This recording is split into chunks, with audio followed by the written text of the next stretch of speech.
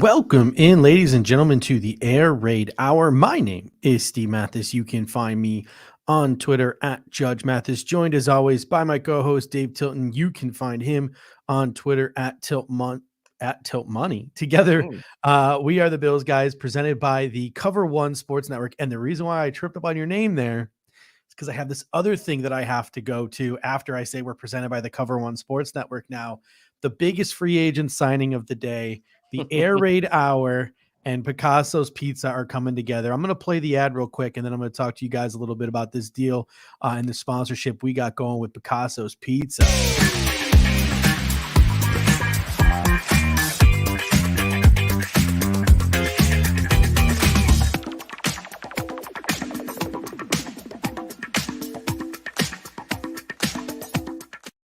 That's right. The new flagship sponsor of the Air Raid Hour is going to be Picasso's Pizza. Head on over to picassos.net. They have 4 great locations in Western New York. If you are out of their delivery range, they have things like DoorDash, etc., that can get you their pizza. And even if you're out of state, even if you're out of the area, I was on their website today, you can have their pizza delivered. I miss those little pepperoni cups. Those pepperoni cups are very much an East Coast thing.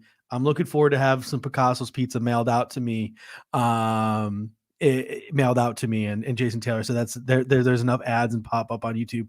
We got 30 seconds of Picasso's Pizza praise here before we get started. But can we get to Justice Awesome's comment there? That's a great comment. What is it? Nothing better than putting in hard days worth of work on Twitter than coming in and listening to the Air Raid Hour fucks. Thank you, Justice. We appreciate that. And I was just telling Dave before the show starts, I felt like Adam Schefter today. So if you head over into the description box of this show, I put together a free agency tracker spreadsheet as well as a Buffalo Bills roster skeleton. So if you're watching this thing on your phone or on TV, you also happen to have a desktop handy, pull up that spreadsheet and bookmark it. I got a couple of people already in here on the spreadsheet, had over 300 people check it out today. Essentially what I've been doing over the course of the day is I've been going in and I got almost every single free agent by position ranked and listed on this spreadsheet. And as they are signing, I am taking them out of the list. So you pretty much have a running list of who's left in free agency as every transaction has occurred.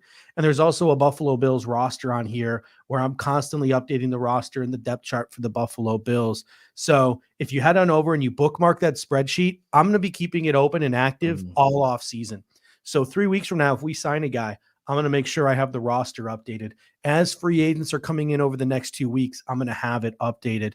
I'm even going to start throwing draft stuff in there as we are visiting with people in like the pre-draft process. The Bills are linked to this guy. The Bills are bringing this guy in for a private workout. I will make sure that I will update that in a special tab to keep you guys up to date on who the Buffalo Bills are meeting with in the pre-draft process. And I'll be putting my draft board on there as well. So that spreadsheet can be your one-stop shop for Buffalo Bills news and information in terms of roster construction. So pull that on up.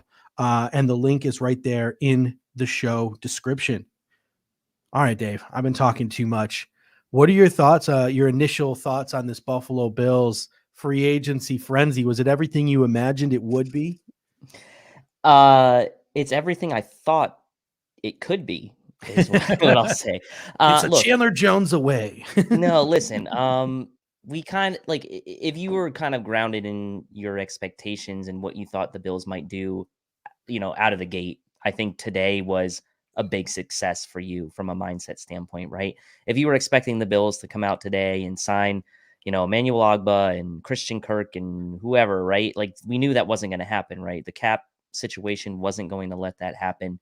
But the Bills made some very interesting moves, and I think some tough decisions were made, right? I think they said, you know what? We're going to cut ties with a guy like Darrell Williams, who's still young, on the younger-ish side of his career, because he's not really a fit for what we're trying to do now, and we're going to replace him with a veteran, an older guy on a 1-year deal. And this is something that, when you are a team that's on the precipice of winning a championship, these are the types of moves that you make, right? This isn't a team that's trying to kind of develop necessarily and get more out of Darrell Williams when they already kind of know what they're getting out of him, right? They're going to go for the guy that's proven and so forth. Ken here says, I'm glad we didn't make any splashes from how we overpaid. That's the other part of it, right? Is if you look around the league, it's a good thing the Bills weren't in the wide receiver market this offseason, right? Like, I mean, Isaiah McKenzie looks like pennies on the dollar right now compared to. It's Bruce exclusive. Bruce Nolan on Twitter. He just said, like, any of these contracts out there, are any of these contracts that you'd have wanted to give out or were comfortable giving out if you were the Buffalo Bills? And I sat there and I thought about it, and Kendall comes in and says Sidney Jones was the one that hurt the most. Sidney Jones was the one. Sidney Jones, I think at like $4 million AAV. Yep. Braxton Berrios at $8 million AAV hurt me, or $7 million AAV hurt me personally. Not so much some other people. 12 million, 6 million AAV, 7 million guaranteed. Yeah. So I thought Berrios going back was crazy, but here's a quick rundown for anyone who's been living under a rock of what the Buffalo Bills have done today. Started last night, re-signing Isaiah McKenzie to a 2-year contract. That's going to be under a $2 million cap hit this year. Once all the numbers and stuff came in. So about a 2-year, $4 million contract for Isaiah McKenzie with incentives that could bump it higher. Darrell Williams was released this morning pre-June 1st. So it's only about a $6 million cap savings. Then Mitch Morse was extended for 3 years, which brought his cap hit down to $9 million, saved the Bills about $2 million. Then it was reported that Ryan Bates is going to be tendered at the lowest tender, about $2.5 million. The Bills have the right to match any team that tries to snake Ryan Bates. And as our guy Greg Tomset pointed out on Twitter, the RFA market is pretty much dead. No one tries to poach other teams' RFA. So it looks safe that Ryan Bates will be back on the Buffalo Bills at a 1-year, $2.5 million deal. Then Mitchell Trubisky went to the Steelers. So we're going to have to get into the backup quarterback conversation here at some point in the show. Then the Buffalo Bills made their first move outside of the franchise, signing Roger Saffold to a 1-year deal. It's technically a 2-year deal, but that second year is going to be a void year, which probably brings his contract down. No numbers are out yet, but if I had to project, it's probably about an $8 million deal and probably $2 or $3 million of what we're going to eat next year to bring the number down to about $5 or $6 million cap hit this season.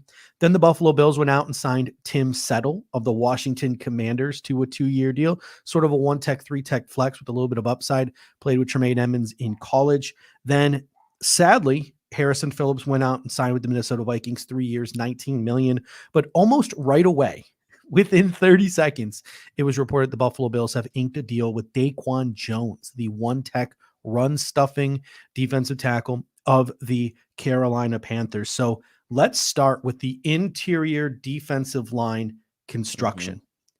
Harrison Phillips out. Vernon Butler out. Ed Oliver is going to get his 5th year option picked up. Tim Settle and DaQuan Jones come in to fill the void. There's still the question marks surrounding Star Lotulelei. What are your thoughts on this interior defensive line reconstruction? Because you put out a tweet. You were like, hey, the Tim Settle signing doesn't preclude the Bills from bringing back Harrison Phillips. You were spot on, because it seems pretty clear to me that within 45 seconds of Harrison Phillips signing a monster deal with the Minnesota Vikings, the Buffalo Bills announced a signing with DaQuan Jones. Yeah. Says to me that the Bills probably would have brought Harrison Phillips back if the numbers were right to go along with Tim Settle.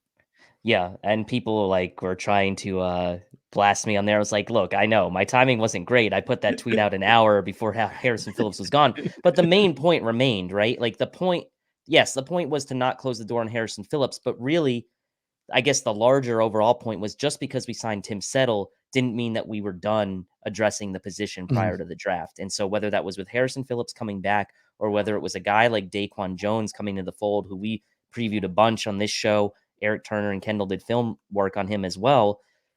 That was what I needed to see, or what I wanted to see, I should say, right? Was like, just because you signed Tim Settle doesn't mean you were done bringing in defensive tackle help. We knew Vernon Butler was out the door. That was already foregone. We knew Harrison Phillips, we wanted him back, but it wasn't a foregone conclusion that he would be back. So the Bills were left very thin at the defensive tackle position, especially with the uncertainty surrounding Starr. Is he going to retire? What's his contribution going to be to this team? I don't think you can really count on him right now if you're the Bills and you're trying to plan for 2022. you have to have a contingency. So Phillips goes, but we do kind of bring in a 2-for-1 there in that situation where we get two guys coming in Settle and Jones. You still have Ed Oliver. You still have Eli Anku waiting in the wings. And you don't necessarily have to not address the position still in the draft. So I like that the Bills are, again, for like what seems like the third year in a row, retooling this defensive line. But I am a big fan of the two signings they made. And like, these signings get me more excited, I would say, than some of the prior moves we've made with like Vernon Butler and the likes of Quentin Jefferson. Yeah. Like these two really stand out to me as a nice combination of upside with Tim Settle and a nice track record of being able to stop the run with DaQuan Jones. Yeah, we had this conversation on the show that we wanted to see the Buffalo Bills double dip at defensive tackle, whether that was 2 in free agency or 1 in free agency, 1 in the draft. Who knows? They could triple dip here and they could go another guy in the draft. We'll have to obviously wait and see on this. But the way I look at it, Ed Oliver's your starting 3 tech. I think DaQuan Jones is your starting 1 tech. So you have your run stuffer to free up Ed Oliver. And then I think on passing downs, a guy like Tim Settle is going to come in and play with Ed Oliver. And Tim Settle can be a backup 1 tech and he can be a backup 3 tech. He's got that flexibility to do both. So the Buffalo Bills got a lot more versatile inside of the interior of their defensive line. And we were talking about contracts. The contract numbers have not been announced yet, unless they've been announced since the starting time of the show, because I'm really just not smart enough to multitask. So any transactions that are made on this show, I will not be aware of unless someone lets me know in the comment section, because I can't check my phone and do this. But we were having this conversation, like the Vernon Butler and the Quentin Jefferson contracts were bigger money, obviously, than I think the Bills could probably afford this year. But they were really easy for the Buffalo Bills to get out of. So I wouldn't be surprised if both DaQuan Jones and Tim Settle are both under $5 million or around $4 million or under AAV this year with a contract that goes up next year. Maybe both of their contracts total about $10 million in total. So it's like DaQuan Jones gets like 2 years, $8 million or 2 years, $10 million. Same with Tim Settle. I wouldn't be surprised if both of those contracts are in the $10 to $12 million range over 2 years, but with a lower cap hit in the first year, that's really easy to get out of if they screw up, right? Like we screwed up with Quentin Jefferson. We got out of that contract. We screwed up with Vernon Butler, but instead of getting out of it like we could have, we doubled down on it. So the Buffalo Bills, my guess is probably going to give 2-year deals with a lower AAV in the first year. I wouldn't be surprised if DaQuan Jones and Tim Settle's combined first-year salary probably is the same as what Harrison Phillips got in Minnesota, and that's why he's no longer a Buffalo Bill. But quick shout-out to Harrison Phillips. We'd be remiss not to say that we're going to miss that guy. What an awesome player in the community. Obviously, our was it the Ed Block Courage, or was it the Walter Payton Man of the Year? Walter Payton Man of the Year. There we go. So just kudos to Harrison. We're going to miss you, man, but business decision. Like I said, within 45 seconds of Harrison Phillips signing in Minnesota, DaQuan Jones was signed. So that tells you that DaQuan Jones is going to fill that Harrison Phillips role, and Tim Settle is going to be there in the extra role. And I think Greg Tomsett made a great point too. You have Oliver, you have Settle, you have Jones. You got a solid top 3 there. Then you got Star Lotulelei, where there are a lot of question marks surrounding him. I really doubt he's going to be back, but he could be. It's a solid, wickedly overpaid number 4 if he can get himself on the field and get himself right. You got Eli Anku, you got Brandon Bryant, but you also got Boogie Basham that you can play with. And depending on how his weight fluctuates, a guy like Boogie Basham can get more playing time this year, coming inside on passing downs and being the backup 3 tech to Ed Oliver as well as playing on the edge. A guy like F.A. Obata is probably still a pretty attainable defensive end that you can re-sign on the free agent market for relatively cheap. F.A. Obata can come in and be an edge IDL flex and a guy who can get more run on the inside. I made the point a couple of shows ago. We still haven't really filled the Quentin Jefferson role. I think the Bills really wanted a Quentin Jefferson type. They had to move on because of monetary reasons. We still haven't really found Could that be Boogie Basham? Could that be Boogie Basham? Yeah, that's what I'm saying. Because I personally think Tim Settle is going to settle into play on words there. Oh my God. How many Tim Settle puns were there today? Way too many. I purposely did not use one in any of my tweets. I think he's going to settle into that Jordan Phillips role. Yep. Tim Settle reminds me a lot of Jordan Phillips, where he leaves a little bit to be desired in the running game. And who knows, maybe you can coach that out of him because he's still relatively young, only 24 years old.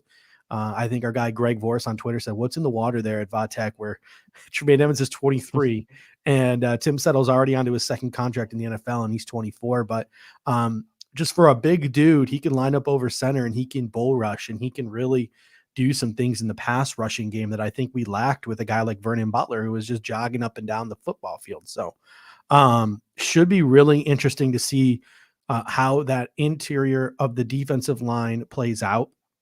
And speaking of the interior, we also made a couple of changes along the interior of the offensive line. Yep. The Buffalo Bills let Darrell Williams go.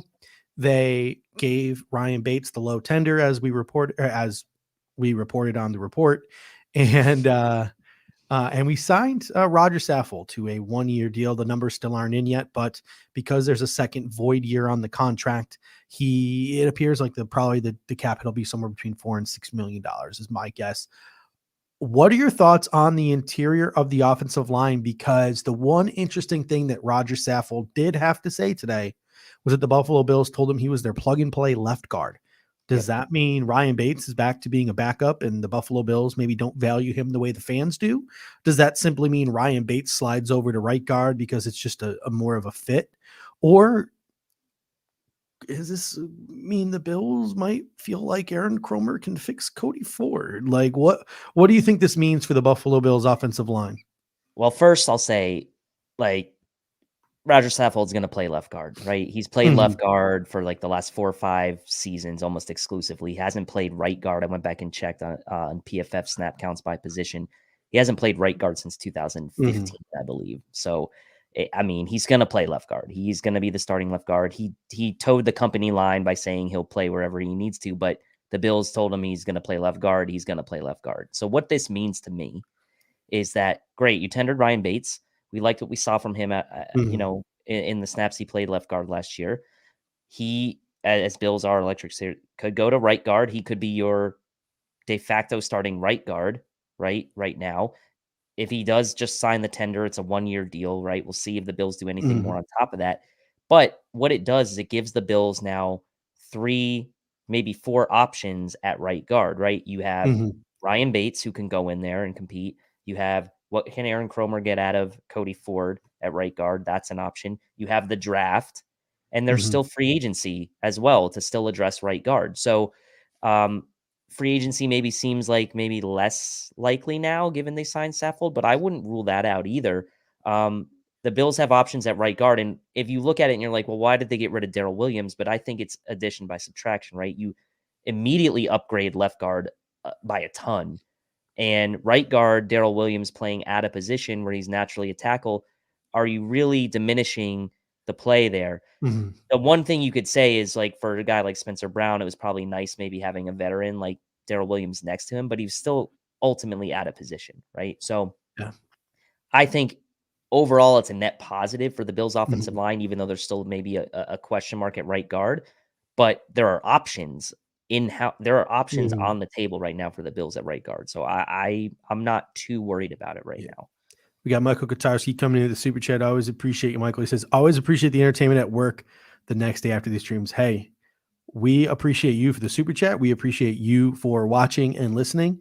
And hey, I'm glad we can make your work day easier for you.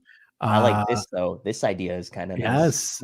All options. So we're on day 1 of free agency, right? Like, there's still Tuesday, there's still Wednesday, there's still a week from now. And the cornerback market, we're going to get to it later on the show. The Bills are going to fill every hole before the draft. The Bills will sign some veteran who can play CB2, whether it's on the low end like a Joe Hayden or it's on the high end like a Casey Hayward. There will be a cornerback the Buffalo Bills sign at some point before the draft that is competent enough to play with either Dane Jackson if Trey White's not ready, or to play with Trey White. That way, the Buffalo Bills will have options at pick number 25. The Bills, Brandon Beane, Sean McDermott, they're not going to pigeonhole themselves. So that's coming. But speaking of not pigeonholing themselves, the Buffalo Bills are not pigeonholing themselves in the offensive line. We talked about this, right? You cut Darrell Williams, you save that money, you go out and you add a veteran like Roger Saffold, you have Ryan Bates, and then you go out and you draft a guy in the first 4 rounds. I don't know if it's the first round like Zion or it's the fourth round like Luke Fortner or the third round in a guy like Cole Strange. The second round, a guy like Cam Jurgens. The Buffalo Bills now have options whenever they feel like they have the best player available as an offensive lineman in the first 4 rounds. They can go and they can take that offensive lineman. So the Buffalo Bills did themselves a lot of favors today by securing that left guard spot, by giving themselves options at that right guard spot, but knowing that they have Ryan Bates that they can fall back on. Roger Saffold is not the player that he used to be. Anthony Prohaska, head over onto his Twitter at @pro_anth. He's been breaking down Roger Saffold film all day. He's not what he used to be. And he can every once in a while be a liability in pass protection. But you know what he's going to bring to this football team? He's still a pretty darn good run blocking left guard. And he really should help the Buffalo Bills, who appear to be transitioning to a zone blocking run scheme, which Devin Singletary and Zach Moss have not had much success in a zone blocking run scheme. So that might have to be a talking point later on in this show or on Thursday, what we're going to do at running back, because running back might be a bigger need now that it appears like we are shifting in a direction along our offensive line. And Kendall, yes, I did say Big Jerky's going to go in the second round. I feel like he is, Kendall. But horrific would be, I think is an overstatement there in pass protection. I think he's serviceable. But his strength is run blocking in terms of Roger Saffold. So he's just a veteran presence there at left guard. You probably only get that 1 year in his contract out of him. So you definitely want to draft a guy to be behind him and to secure the depth of that position. But yeah, the Buffalo Bills did what they had to do today along the interior of the offensive line to give themselves options moving forward. I wouldn't mind seeing them double dip. My guy is still sitting out there on the market, Austin Blythe, guard, center, flex, right? So you get Roger Saffold in there to play left guard. You get Austin Blythe, who's got right guard, center, flex. And all of a sudden, even if Ryan Bates has to be a backup, you're feeling uber comfortable. And then you don't even maybe have to draft a guy, even though you probably could. So a guy like Austin Blythe is still sitting out there. The longer he sits out there, the more affordable he becomes. So I'm not giving up that dream on Austin Blythe just yet, unless he has signed since the show began and I missed it. Do you think now with Saffold signing that it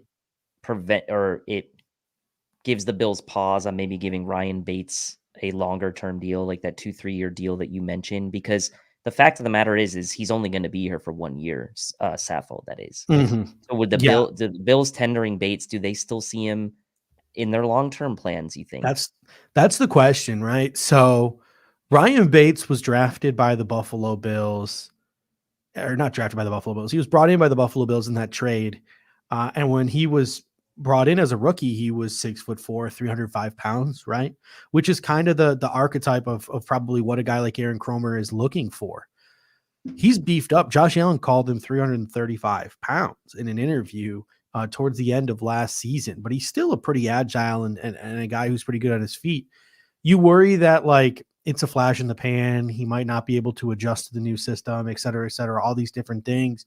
Does he fit Aaron Kromer's archetypes? There's going to be those questions, but like, to me, I'm a big fan of Ryan Bates. I'm a believer in Ryan Bates. I think that he is the best option we've had at guard in a while. I'm more confident in him than I was in Brian Winters when we signed Brian Winters. I'm more confident in him than I was in Spencer Long when we had Spencer Long. I'm more confident in him than I was in John Feliciano when John Feliciano was playing at his peak. I'm more confident in a guy like Ryan Bates than I am all of them. The question is, are the Bills? Bills might just see him as a forever backup. They might see him as Jeremiah Searles, who went on an 8-game heater, right? So if you're the Buffalo, who knows? We only have Ryan Bates through this upcoming season, and then he becomes a UFA at the end of this next season. So it'll be interesting to see what the Bills decide to do there. But to me, I would like him to be the plug and play right guard, at least heading into training camp. But there's just gonna be one of those things where it's gonna be really interesting to keep an eye on. What would your thoughts be if, training camp comes around, it's the first weekend of August, and Joe Biscaglia tweets out the first Buffalo Bills first team depth chart left to right in the first practice, and it's left to right Deion Dawkins, Roger Saffold, Mitch Morse, Cody Ford, Spencer Brown, what would your reaction be? Not surprised, because the Bills seem to be trying to give Cody Ford like chance after chance. I would actually, yeah, I would not be surprised, right? I mean, it's probably going to open up with either him or Bates, assuming we don't draft a high draft pick. Because even if we draft someone in the middle rounds, they're not going to come in and be the opening training camp guy on the first team, right? And this is why I still don't necessarily think that like a guy like Zion should be off the table, right? Because Saffold's only there for 1 year. I mean, unless the Bills continuously go this route where they try to just like plug in like 1 year type contracts with veterans on the offensive line. But at some point, don't you want to kind of have, some long-term outlook for your interior? So it wouldn't surprise me, to answer your question, if Cody Ford was that first team guy, open up camp. But it's just because we've seen how the Bills have kind of treated Cody Ford over the last couple of years. They've given him chances, and now with Cromer, right? He's got a chance to maybe get the best out of Cody Ford. And if you're Cody Ford, you have to look yourself in the mirror and say, this is my best chance to still make a name for myself in this league.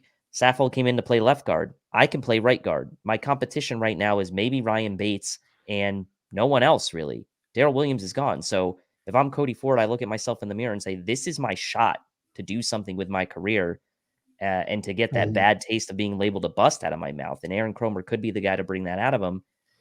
But I'm not confident. I wouldn't say that I'm like, oh, it's gonna be awesome. But there is a very slight crack in the door for him to maybe make something still out of himself. All right. Someone, Dave Kane says thoughts here on bringing Levi Wallace back. Did we bring, like I said, I can't, did we actually bring him back? No, I think he's just asking the question. The idea of bringing him back. Yeah, like I said, he is one of those options where he could very well, he could very well be the guy that, it comes down to it. And he's the guy we signed to be the CB2. But whether it's him or whether it's Casey Hayward or whether it's Joe Hayden or whether it's any one of these free agents that are out there, I think the Buffalo Bills will behoove themselves to take a cornerback, whether it's the first round a guy like Kyler Gordon, the second round a guy like Kyrie Elam, the third round a guy like Cam Taylor-Britt. The Buffalo Bills would behoove themselves to draft a corner early, especially with the Trey White injury, not knowing whether Trey White will be healthy or not wanting to just hand a starting job to Dane Jackson until Trey White gets back. All of these different things. I think it would behoove the Bills to draft a guy. And I don't think Dante Jackson's a pipe dream. So let's just jump to this conversation right now before we get to wide receivers and Isaiah McKenzie. I think the longer this process plays out, I think the better chance the Buffalo Bills have of signing Chandler Jones. I just get this feeling like that's the big fish that the Buffalo Bills have set their sights on. I don't necessarily agree with it 100%, and I've sort of spoken about why I have some concerns about Chandler Jones, but I really do think the Buffalo Bills are actively involved in the conversation, them along with the Denver Broncos and a couple other teams. I think they're in on Chandler Jones. And I think if Chandler Jones ends up going to the Broncos, you then find the Buffalo Bills in the market for an Nwosu from the Chargers, who's also an edge player, or you might see them start to get in the monetary market for a corner like Dante Jackson, who might cost a little bit more money. So I think once the Chandler Jones situation sort of absolves itself, then I think you might see the Buffalo Bills splurge at another position. But that was so Douglas Masters comes in and says Benjamin Albright says Chandler Jones is the Bills' plan A. That was sort of a misrepresentation. I retweeted that too. He meant he was the Broncos' plan A. But the Buffalo Bills are very much involved in the conversation with Chandler Jones as well. So the Bills and the Broncos do appear to be the two teams who are in on Chandler Jones the most of all. So like I said, I think the Bills are in Chandler Jones the most. And then I think once the Chandler Jones situation figures itself out, if the Buffalo Bills lose, I think you could see the Buffalo Bills chase a trade, whether it's a Saquon Barkley, whether it's a Christian McCaffrey, whether it's a Danielle Hunter. So, he did correct himself. I think you could see the Bills start chasing a trade, or you could see the Buffalo Bills start chasing a different free agent like a Dante Jackson. What are your thoughts on Chandler Jones, and if the Buffalo Bills do have a big fish in them or not? I mean,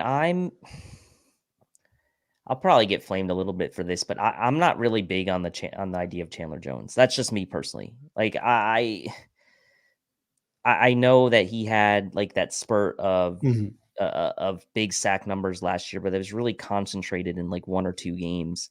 I wonder about his motivations, right? I think is he trying to is he trying to join a team where he can really be part of a team to go after a ring, or is he more motivated by his own personal kind of statistics? I know he's born in Rochester. I know he went to high school in Endicott. So like, I know it would be kind of like a homecoming story for him to come back to the Bills.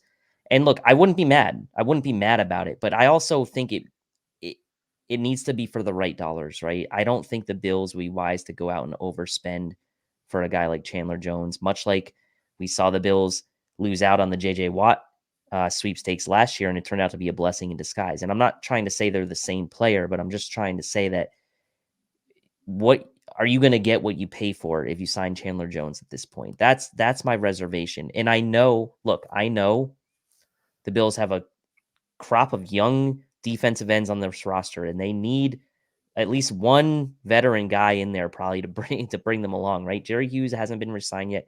We don't know what's going to happen with him. Mario Addison, don't know what's going to happen with him. Like, there's no veteran really in that room. So if it turns out to be Chandler Jones, I'm not going to be upset. But for me, it comes down to the dollars on him very much. And Richard Forbes comes in and says, WTF, I can't believe they let Harrison Phillips go. Some numbers here for me in Rappaport that kind of support the reasons why the Buffalo Bills let him go.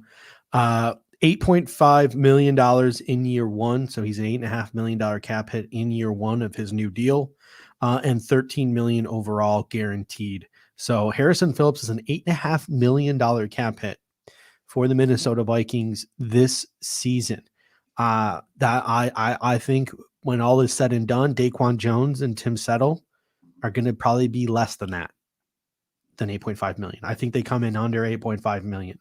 I'm not saying their total AAV, if you count in their second years of the contracts, are going to be less, but I do think that Tim Settle and DaQuan Jones's cumulative 2022 cap hit is probably going to come in under $8.5 million. So that would be the reason why the Bills move on from Harrison Phillips. Kudos to him for getting that bag. And I think your boy Lettuce comes in with a great comment here. Cole Beasley for a third and $6.1 million looks like a steal. Use that pick to let us draft a punt god. Now, punt god aside, your boy Lettuce, no offense. And I don't think the Bills would get a third round pick, but now that the free agent market has played itself out, I mean, there are still plenty of wide receivers on the market. Don't get me wrong. But I mean, do you think the Bills are holding on to Cole Beasley? Let's shift the focus here to wide receiver, and we'll talk about Isaiah McKenzie next. Do you think the Bills are holding on to Cole Beasley because they really do value him and were serious when they said the door is always open to come back? Or is it maybe what your boy Lettuce is pointing out to here? Once the dust has settled on free agency, some team that lost out might look at Cole Beasley's $6.1 million cap hit and be willing to offer a draft pick for it. What do you think? I think that's definitely a possibility. I mean, we already got the reports that the Bills were allowing Cole Beasley to seek out a trade, right? A situation that might fit him. But I also think that the more time that goes on, it also lends itself to that $6.1 million number looking like somewhat of a bargain if you're going to keep him here for the last year of his deal. I wouldn't be mad if the Bills ran it back with the same wide receivers again next year, right? Diggs, Davis, Beasley, McKenzie's back, right? You still have Stevenson in the wings. You've got, Kumaro back as well. Not that he added much on offense, but like if the Bills ran it back with the same wide receivers they had a year ago, are you really going to be that upset? I wouldn't. I know Beasley's cap number looks big, but if you go and cut him, right, or you trade him, what are you really going to get in return? Like, I don't know, right? I don't think you're going to get a third round pick for him. Yeah. So it comes down to value and sort of like, what are you going to get out of the draft in place of Cole Beasley for 2022? Or what are you going to get in a trade that brings you value in 2022? And I don't know that either of those propositions are going to be more value than what you could get out of Cole Beasley in 2022. Now, they could end up signing Byron Pringle to, let's say, $3 million a year and then have no problem cutting him, right? Like, I could see that. But I think the longer that goes on, the more that 6.1 looks like it's not so bad. And obviously, if he does stay on the team, it's one less hole the Bills have to address. Now, they can still address it in the draft early if they want to and plan for the future, but they don't have to, right? Yeah. So, it's a very interesting situation. Like your thoughts on Cole Beasley aside, and how he, his opinions on things. Like, I still think he's a valuable part of the team if he were to come back. Yeah, I mean, 100%. If you go back and you sort of watch some of these Bills games, there were some games where Cole Beasley was sort of like invisible. But you even go back to that game against the Chiefs. I mean, Cole Beasley came up with some big clutch catches in that game against the Kansas City Chiefs, the AFC Championship game. So Cole definitely has his value on this football team as a slot receiver. But I think the Buffalo Bills, I mean, the Christian Kirk conversation went away real quick on the first day of free agency when he went and got. Jesus, man. I'm glad that. And speaking of the Jacksonville Jaguars, they threw their money at Evan Ingram as well, who got $10 million in his first year. We'll save that for maybe the jabroni, but I mean, the Jacksonville Jaguars were just giving out all the money, all the fun coupons in free agency today. And so right off the bat, like some of these options that we had been sort of, bouncing back and forth. Oh, a speed slot in Christian Kirk. Oh, a guy who can do a little bit of both of what Isaiah McKenzie and, Cole Beasley did in Braxton Berrios. Oh, a tight end who can also play slot receiver, Evan Ingram. Boof, gone. Like all. Let me ask you this: things are gone now. I want to ask you this about McKenzie. Pringle, is it what? I'm sorry. What's that? I want to ask you something about McKenzie really quick. What does this mean? Does this mean that McKenzie's back in the mix for kick and punt return duties? I think he's back. I think he's back in the mix for kick returns. I don't think the Buffalo Bills will trust him to return punts. I think that I went back and I looked at his statistics and I sort of broke it down, his statistics in the 2 playoff games. In the 2 playoff games, he had combined 4 catches for like 49 yards and like 6 carries for 44 yards. Like, and if you sort of extrapolate that over a 17 game season, that's like 700 combined yards. That's like, 300 some odd touches. Like, he's a 5 to 8 touch a game guy. And you want to get the ball in his hands. And you want to give him the ball in his hands in space. You probably don't trust him to field the punt, but you sure as heck probably can trust him to return a kick. And you're just going to continue to utilize him as a speed slot mismatch and a gadget jet sweep guy. Like, that's who he is. And I understand that people want him to be more than that. And he might have a game or two where he does what he did against the Patriots, but that's not something he's capable of doing, in my opinion, every single week. So to me, I really think that Isaiah McKenzie, we had this conversation on the show. The best thing that Isaiah McKenzie did for his career was fumble those kicks and punts, because the Bills started using him on offense again. And the way the Buffalo Bills utilized him, Patriots game aside, because that was just Bill Belichick being a freaking idiot and just keeping Miles Bryant, Isaiah McKenzie the whole game. The Patriots game aside, the whole end of the last year, they were utilizing Isaiah McKenzie's speed to their advantage. It wasn't 11, 12 targets. It was 5, 6 targets. That should be Isaiah McKenzie's role. And for the contract he got, he's wide receiver 4, wide receiver 5, a guy who gets 5 to 8 touches a game between receiving and handoffs. That's a perfect role for him. We need more than that. So we need Cole. So a lot of those targets are just going to go Gabriel Davis's way. I completely acknowledge that too. But I still do think you need at least one more in there, even if you keep Cole Beasley. But the signs are pointing more and more as the Bills start to fill some holes on their roster. Tomorrow they sign a corner. The next day they sign an edge. All of a sudden, what's left? Who's the one position the Bills didn't address in free agency because the money was flying everywhere? Wide receiver. Pick number 25 in the draft. There's going to be a pretty darn good receiver there. So I think the signs are pointing to the Buffalo Bills being able to pull the trigger on a wide receiver at 25. Oh, yeah. I mean, it shouldn't stop him, right? But Beasley, 1 year left, even if they do keep him. Do you still have question marks around the kick and punt return, like you said? I don't know. It's just me, but I like the kick and punt returner to be the same person. That's just me. Like, I just like that. But, like, I also know that that's a little iffy right now. In today's NFL, it's a completely different skill set. It Yeah, really is. it is. Like you see a lot more running backs now doing the kick return stuff than they used to. But someone said here, so Micah Hyde is our punt returner. Then no, I'm not saying that either. I do think that um, I think a return person is going to be in one shape or form a priority for the Buffalo Bills, whether it's later on in free agency, guys like we mentioned Alex Erickson. I don't know if they're going to be willing to spend after spending money on Isaiah McKenzie, Jakeem Grant, because I think you do have to get Jakeem Grant offensive touches as well. He's not just a special teams guy, but DeAndre Carter from the Commanders. He signed one of my Commanders today. I'm wearing sort of Commander colors almost of my Yes, ASU yes, you gear. are. Yes, you are. DeAndre Carter, Alex Erickson. There's a couple of punt returners like that who are available, sort of in the Brandon Powell mold. Guy like Brandon Powell, who we brought in to compete last year, he lost the job, went on to be the kick and punt returner for the Super Bowl winning LA Rams. The draft, Marcus Jones, Jack Jones, Britton Covey. There are a couple of guys with some punt return ability. Tristan Ebner from Baylor. A couple guys in the draft who have that ability as well. So I think the Buffalo Bills are going to address it. And if you look at the Bills receiving core right now, right, it's wide receiver 1, Stephon Diggs. Wide receiver 2, Gabriel Davis. 4 now, wide receiver 3, Cole Beasley. Wide receiver 4, Isaiah McKenzie. Wide receiver 5, Jake Kumaro. Marcus Stevenson hasn't earned a job. Nope. Isaiah Hodgins hasn't earned a job. Wide receiver 6 can easily be a return specialist that we sign or draft. Yep. Or it could even be wide receiver 7. If we don't replace DaQuan Jones, we might only carry 3 running backs this year.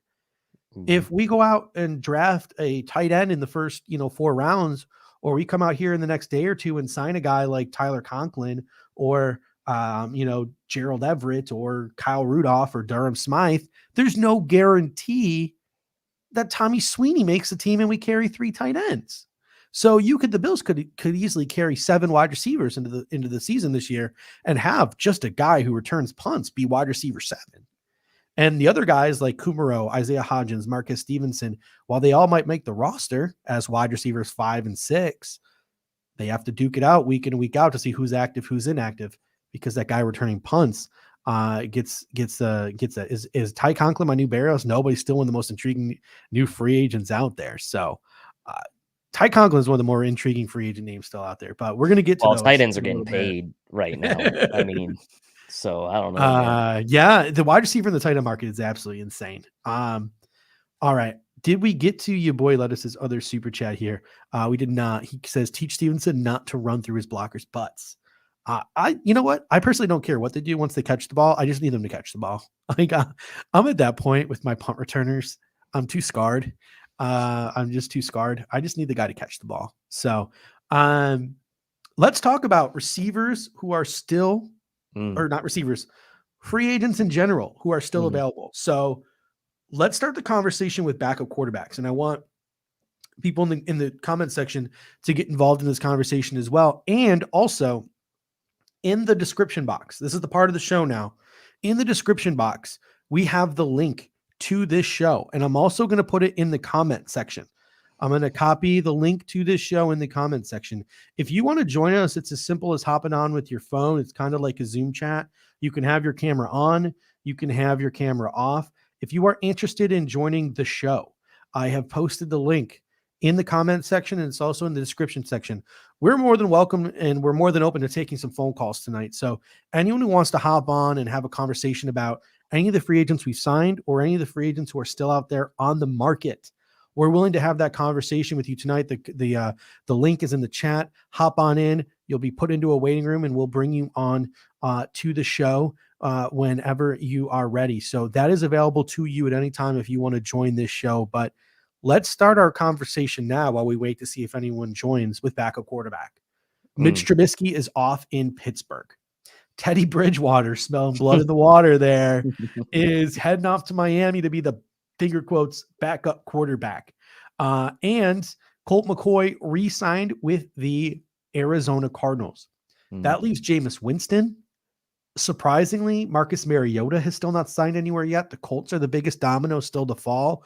It looks like probably Jimmy G there, but if not, Marcus Mariota he's got to be a Colt. Andy Dalton, Tyrod Taylor, Jacoby Brissett, Ryan Fitzpatrick, Kyle Allen, Brandon Allen, Joe Flacco, Blaine Gabbert, Geno Smith, Trevor Siemian, Matt Barkley, Mike Glennon, and Joshua Dobbs seem to be the best options available. We've already got 3 people in the comment section. So we're going to start with Matthew Phibbs and then Dave and then Patrick. But before we do that, Dave, what are your thoughts on backup quarterback? I'm sort of eyeing Mariota now. I got my eyes on Mariota, still waiting on the Colts. Jacoby Brissett would be nice. Obviously Fitz. And then Kyle Allen's my boy. We all know Kyle Allen's my boy. Yeah, I mean, I like all 4 of those options. I think this is, given what the Bills did today, right, where they addressed 2 times defensive tackle, they re-signed McKenzie yesterday. I think that backup quarterback, although Josh Allen's the only quarterback on the roster right now, I wouldn't be surprised if Bean kind of waits this out a little bit to see what happens with the quarterback market. Mitch, we kind of knew was a pipe dream for him to come back as the backup, so good for him for going to Pittsburgh. Mariota is very interesting to me.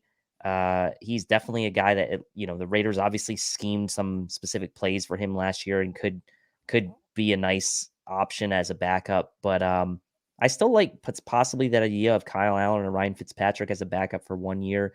Fitzpatrick for 1 year, Kyle Allen maybe for a 2 or 3 year cheaper deal that would give the Bills some cap relief likely in 2022 if they were willing to sign a guy like that to multiple years. Fitzpatrick to me and Tyrod could be the nice coming home stories, but it's all going to depend on dollars with them. Like I said before, right? What's Fitzpatrick willing to take to kind of be the backup, right? Fitzpatrick, for as much as he's gone around the NFL, when's the last time he really went into a situation where he was like clearly the backup, right? Like clearly the backup, like maybe Tampa with Jameis Winston. Like, I don't know, man. Like, he's always been in a situation where you were kind of looking over your shoulder. We're like, hey, he might actually start a few games this year. So, and this would not be the case here with the Bills, right? It would only be for injury. So, that's why I kind of keep coming back to Kyle Allen. I kind of like him as a fit, and I like him maybe as for dollars as well, being a reasonably priced option. Yeah, I think my comfort level is with Kyle Allen. He just seems like a guy who can come in the middle of a game. If, somebody hits Josh Allen the wrong way and knocks a few screws loose, like Kyle Allen seems like the kind of guy who can come right off the bench cold and maybe, lead you to win a football game. He seems like a guy who in a stopgap situation, 4 games could win you 2 of the 4 games, which is kind of like that's the old saying, just get me to 500 in the games that you play. Mariota is definitely the highest ceiling guy. I have no interest in Andy Dalton in that noodle arm. I really don't. I understand that some people do just because he's played so much football in his day. But to me, it's like I said, it's Mariota, it's Brissett, it's Fitz, it's Kyle Allen. And then a few rungs down, Brandon Allen would fall into that rung as well. All right, we're going to open up the phone lines now. We got Matthew Phibbs up first, and then we're going to start rolling. We got a bunch of people in the waiting room. So if you want to join us, you want your voice to be heard on tonight's show, hit us up. Follow that link in the description box. It's also buried in the comment section now, and you can join and give us whatever take it is that you have. And first one up tonight is Matthew Phibbs. How you doing tonight, Matthew? Yeah, pretty good. You? Hey, we are living the dream, my man. It is night 1 of NFL free agency. We've got a crazy number of people in here. I think this is higher than any regular season show we had, about 420 people. So what is it that you want to talk about tonight? So I'm just curious because I'm a fan of keeping Singletary for another year, but I'm not big on keeping Moss. So I'm kind of curious what you guys are thinking because a couple free agents ended up leaving to different teams today. So I'm curious how you guys feel about how Bean's going to actually approach this. I'm looking, and unless I missed anything, the 2 Arizona Cardinal running backs were snatched up. James Conner went back to Arizona. Chase Edmonds signed with Miami, and the Jets re-signed Tevin Coleman. Unless I missed anything, that still leaves Leonard Fournette, Melvin Gordon, Cordell Patterson, Rashad Penny, Raheem Mostert. I'll tell you what, this is a conversation that we sort of had a little bit earlier on in the show. I know Bruce Exclusive and Eric Turner are going back and forth a little bit about it on Twitter. The Bills look like they're going back to that zone running scheme, and Devin Singletary didn't have too much success with it. So as good of a finish as Devin Singletary had to his year last year, could this be a situation where the Bills had to go to that man gap, pin and pull style of running scheme to fit the fact that Darrell Williams was their right guard and they didn't want him there, to fit the fact that Devin Singletary was the running back and he couldn't find the cuts and he couldn't find the holes in his own scheme. It'll be really interesting to see where the Buffalo Bills go at running back. That could be a sneaky want for the Buffalo Bills. What are your thoughts, Dave, on where the Buffalo Bills go here at running back? I mean, from what we saw of Zach Moss's vision last year, like going heavier towards more zone scheme is not going to help his cause, in my opinion. Like his vision was lacking from what I saw last year, constantly running into the back of his own guys. There are a couple running backs out on the free agent market right now that I really feel would be great fits in a zone heavy scheme. Damian Williams near the top of that list for me. Jerick McKinnon is another name I mentioned on this show before, both with a ton of experience in zone running schemes who at this point, right, like there's barely been any movement on the running back free agent market, which is not too surprising given the diminished value of running backs over the last couple of years. And the draft is always another option, but I have been kind of vocal on the show saying I'm not the most confident in Zach Moss's future. Devin Singletary looks like he'll at minimum be the de facto RB1. But what his fit is, it should not prevent the Bills from really considering going out into free agency and finding someone or potentially investing. I'm not going to sit here and say round 1 draft capital, but I'm not going to rule out a day 2 a draft pick at running back if they feel it's a great fit and they feel like this is someone who can really elevate this running game. Yeah. So that's kind of where I am with the running game. I'll tell you what, like I honestly see a situation here where I feel like the running backs on the roster are safe and at the same time they're not safe, because like conventional wisdom would be, well, the Buffalo Bills are going to roll back Devin Singletary because he went on a heater at the end of last year. They'll add another guy to complement him, and then Zach Moss will have to earn his way in there as the number 3, but they'll all come in there and compete. But I mean, the more I really start to think about it, I mean, could you see a situation where Devin Singletary becomes a trade piece, right? You have Devin Singletary and Christian McCaffrey, who are both guys who have been rumored or linked to the Buffalo Bills in one shape, form, or another. Could it be a deal where Devin Singletary and a draft pick is packaged to the New York Giants for Saquon Barkley? Yeah, Brian Dable gets Devin Singletary back, the guy who went on a heater for him at the end of last year in that pin and pull man, running scheme that he has Bobby Johnson. He's already brought John Feliciano back. $7 million too. and the Giants saved some money. So maybe that instead of, it's a 4th round draft pick and it's Devin Singletary to the New York Giants for Saquon Barkley. That's what sort of makes it super interesting. So I don't think Devin Singletary's job is as safe as I once thought it was. Thank you so much, Matthew. Any comments, thoughts before we head over to Dave here? Yeah, I appreciate you guys having the open call. And yeah, I agree with what you said too. I'm not sure how secure Singletary's spot actually is, and like especially with Dable going to the Giants, he might just want him back. So yeah, I'd like to try out Saquon, but the only thing's the injury history. So, and that's a tough part with any running back too, like McCaffrey as well. So, all right, man. Thank you so much, Matthew. Appreciate it. Yeah, no problem. Thanks. Next time we do this, make sure you call in. We really appreciate you chiming in here. All right, next up is Dave. How you doing tonight, Dave? Good. How you guys doing? Hey, living the dream, my man. Us and our 400 closest friends get to talk about Buffalo Bills football on this Monday night, and we appreciate you calling in. What is it you want to talk about this evening? So 2 things, and it's actually perfect. The first one kind of dovetails exactly into what you were just saying. So I was wondering what your thoughts were on Leviska Shenault from Jacksonville.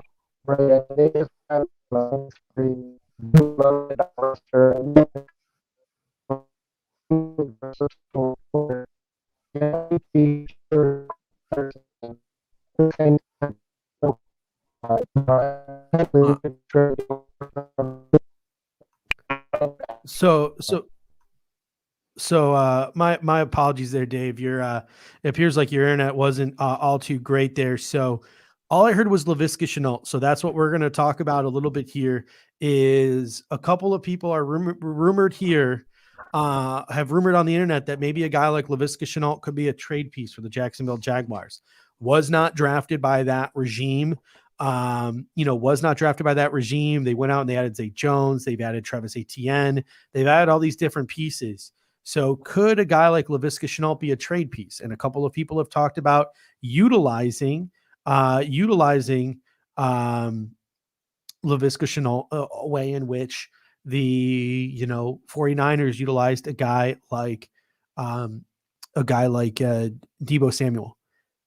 Not a terrible option for the Buffalo Bills. Like if Leviska Shenault is floated around in trade talks, he's definitely somebody who I would be interested in at the right price, because he was a favorite of ours in draft season as that sort of very physical receiver. I don't know if he's the most nuanced receiver in the world, but he's that guy where you just hit the ball in his hands in space and you watch him go. He's sort of like a running back playing wide receiver. So Dave, what are your thoughts on a possibility of Leviska Shenault being floated around in Jacksonville? And if he is, what would be your trade package for a guy like Leviska Shenault? Yeah, firstly, loved Viska in the pre-draft process. I thought he's not necessarily the burner, but he's a guy that you get him the ball horizontally near the line of scrimmage, and he's going to make things happen after the catch in the short areas. And I think that you can find creative ways to get the ball in his hands. He's not necessarily, a direct comp for a guy like Curtis Samuel, who kind of did some of that stuff with the Panthers previously, but Curtis Samuel's a little bit faster, I think, than Viska, and Deebo is just a specimen. I mean, there's no one really that can compare to him, but Viska would bring some interesting elements to this offense. He could play in the slot, he can play outside, he can play in the backfield, so he's really versatile. And as far as a trade package, I mean, you look at what the Jaguars have done today. They go out and they sign Christian Kirk, they go out and they sign Evan Ingram, they go out and they sign Zay Jones to big money. DJ Chark's not walking back in the door if you're Jacksonville, right? He's gone.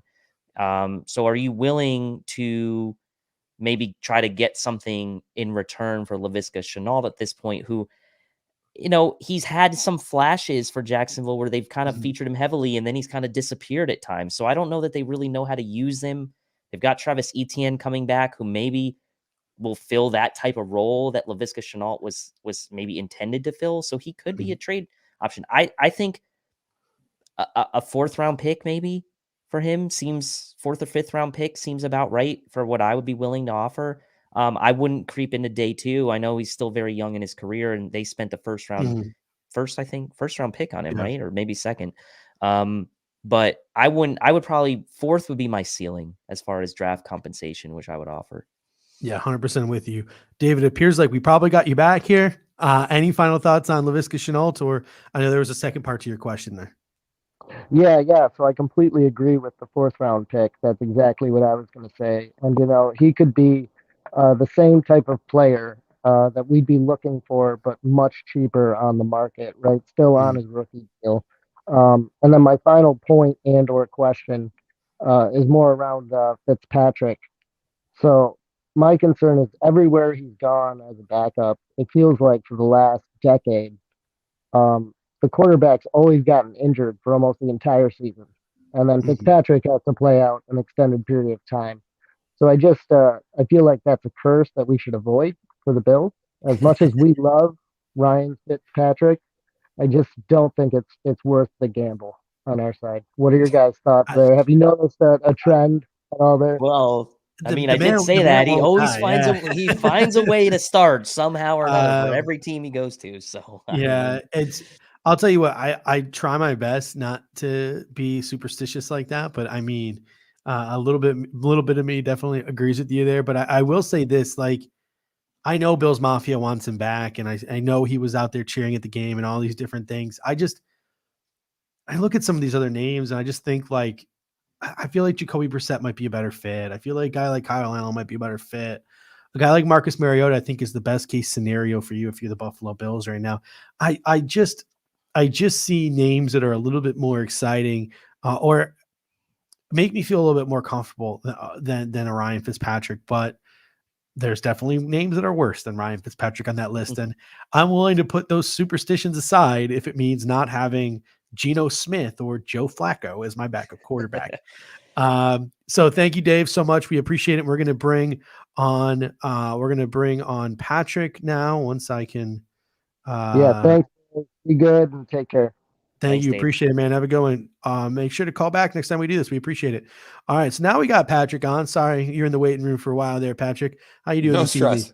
I'm doing great. So first off, I want to say thank you so much for all the quality content you put out. And I love that you came to the Cover One team. My view is that it's the best independent content creators for any team.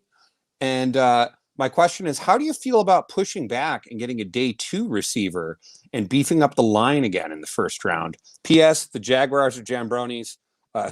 Zay sucks, and Fitzpatrick will always rule. Yeah, I actually put out a mock draft this morning, and I'm really intrigued in the Detroit Lions situation now, because I feel like if there might be a quarterback there at 25 and they want to get ahead of any team, they want to get up into the 25 type of range to grab a quarterback, pick 25, pick 57, and maybe a 4th round pick next year could get you pick 32, the last pick of the first round. And then the second pick of the second round, pick 34. I would absolutely love to trade back and get 32 and 34, because then I think you find yourself in a situation where you could take a wide receiver and blank, fill in the blank, cornerback, interior offensive lineman, edge rusher. So that's where I'm at right now. And that's the mock draft I posted today. I had them taking Jahan Dotson at 32 and Kyler Gordon at 34, but I would be open to one of those picks being an offensive lineman, because there should be a solid offensive lineman there in that spot, or even adding another defensive tackle, because we just see how important that interior rush is to sort of throwing off some of the best teams in the business. I mean, it was defensive tackles that won the LA Rams Super Bowl. So, and it was pretty much some interior pressure that really helped the Bengals in terms of handling the Chiefs. So it should be interesting to see what the Buffalo Bills decide to do on draft day. Brandon Beane made that comment. He's like, the first 4 rounds of the draft are loaded, and I think he's going to do whatever he can to get a 5th pick in those first 4 rounds. So whether it's, mortgaging 5th and 6th round picks to get back in to like the 4th round, or whether that's a trade back at some point, I really do think he wants to have 5 picks in the first 4 rounds, because I haven't updated the actual roster thing yet, but let me do the math here. We still have 36 open roster spots on this football team that need to be filled before training camp. And there are still some significant depth holes on this football team that need to be filled. So I'm all for trading back. I don't want to trade back too far. And not to get too far down the rabbit hole, but if we're sitting there with the second pick of the second round, or even pick 32, a team in the 40s might be willing to give us another 3rd round pick to move up 10 spots. And we could end up with 6 picks in the first 4 rounds. So it starts to go down the rabbit hole from there with the different options that you can come up with. But Dave, what do you think about adding an interior lineman early in this draft?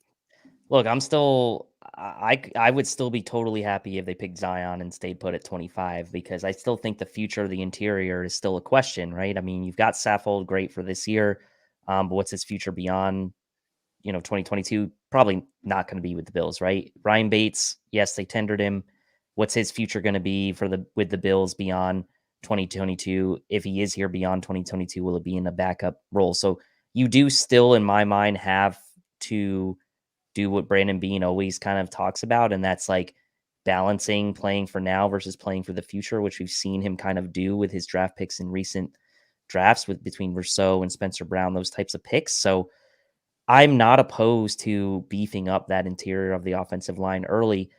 I mean, the Dallas Cowboys, as fun as it is to make fun of them, they really did have a nice run there, about 5-10 years ago, where they went all in on the offensive line early in the draft. And they had arguably the best offensive line in football for a 5 to 7 year period. And they could run the ball. They had pass protection. I mean, it was nice for them, right? So what I will say, Steve, to your point about trading down, maybe having potentially kind of a pick at the end of the first round or early in the second, to me, the volume of talent that you are still going to be able to acquire in that range, on the chance that your top offensive linemen are gone, are receiver and corner.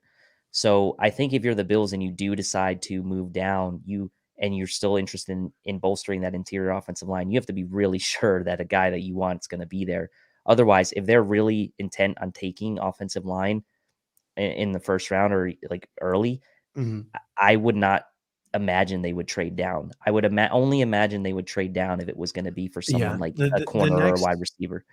The next 2 picks in the draft order, I think I did a mock draft. Like I should know this off the top of my head by now, but I don't. But the next 2 picks after the Bills, I believe the next pick is Tennessee, right? 2022 NFL draft order. I'm Googling it right now. The next 2 picks are just ripe for an offensive lineman, from what I remember. So the next 2 picks after the Bills are the Tennessee Titans and the Tampa Bay Buccaneers. Just absolutely ripe for interior offensive linemen. Like Tennessee just lost Roger Saffold. The Tampa Bay Buccaneers just lost Ali Marpet and Alex Kappa. So those are 2 teams that could use interior offensive linemen. So you're spot on, where if the Buffalo Bills want that interior offensive lineman that they really covet them, they're probably going to have to take them at 25 as opposed to dropping back, or there could be a significant drop off because a lot of those guys in the early second round, guys like Darian Kennard, guys like Daniel Falele, I don't know if they're fits in this zone blocking scheme. So that should be super interesting. Patrick, what are your thoughts there? I gotta say, tilt money for a reason. That guy, Thanks, so no, it's but I love the idea though. Judge, what you said about trying to get another second rounder. Like we've got, let's get they were not remember we got 3 poaches last year. We got poached 3 times from our draft picks. Like there's no point in having these 6th, 7th round guys if they're not going to make the team and they're going to get, snaked on the practice squad. So I hope we go all in this year. I think Josh Allen's going to tear it up. And again, I just really appreciate you guys and everything you do. No, thank you. We really appreciate it. Thank you for the kind words. And I think the Bills were ultra conservative last year in the draft because I think a lot of Brandon Beane's comments since that draft makes me feel like he just thought that draft class sucked, like from top to bottom. He just didn't really like it. Like he almost made it seem like there was no one in the 5th round that he cared about. So he traded that pick to just get roster fillers to compete. Like those were sort of the comments that he made after that. Like, yeah, I traded back because I wanted to fill some roster spots for training camp.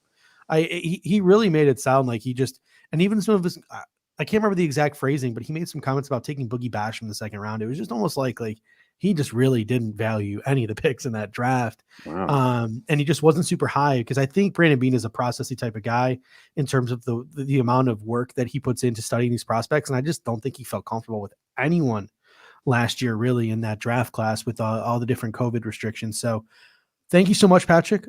We really appreciate it. And go Bills. Go Bills. All right. Randy Harmon in the building. How we doing, Randy? What's up? Man, we're just living the dream. My buddy, I don't know if you know my buddy Alex. He just texted me. We needed to do more, man. I'll tell you what. Anyone who knows my buddy Alex knows he's Negative Nancy, but I'm pretty happy with the Buffalo Bills haul today, getting 2 guys on the interior, and getting a starting left guard. What are your thoughts, Randy, on this class so far, and what is it that you wanted to discuss this evening? Well, I mean, unfortunately, losing Harrison Phillips is a blow, but apparently his market was good, and that happens. More power to him for maximizing his value. But with the 2 guys that we signed, it feels like we upgraded those positions. As I said in the chat earlier, it doesn't seem like there's a long-term plan inside, aside from Mitch Morse. So your 2 guard spots are going to be in flux for the next 2 seasons plus going forward because Cody Ford's going to be gone after this coming year. Saffold's on 1-year deal. Bates is on a short-term extension. I mean, it just seems like there's going to be churn there, which is fine if you can get passable players.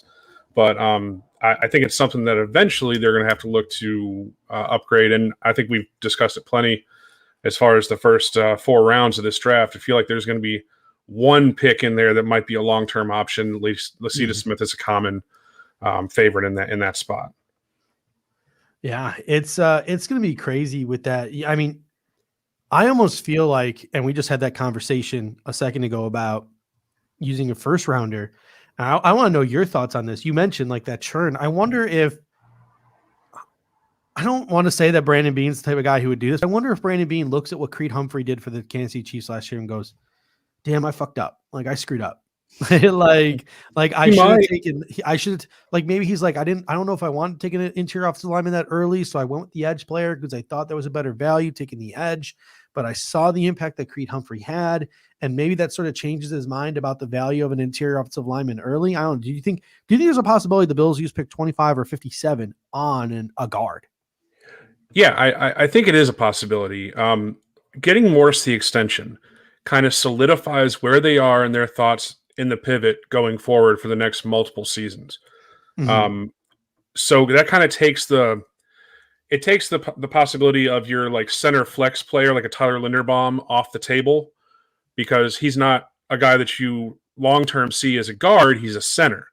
So I think there's a chance that you could take a guy at 25. More likely it's 57, I think, because there's a Mhm. lot of value in those middle rounds. And Brandon Bean has specifically mentioned that the meat of this draft is in the middle rounds, meaning for me, that's day 2 and early day 3.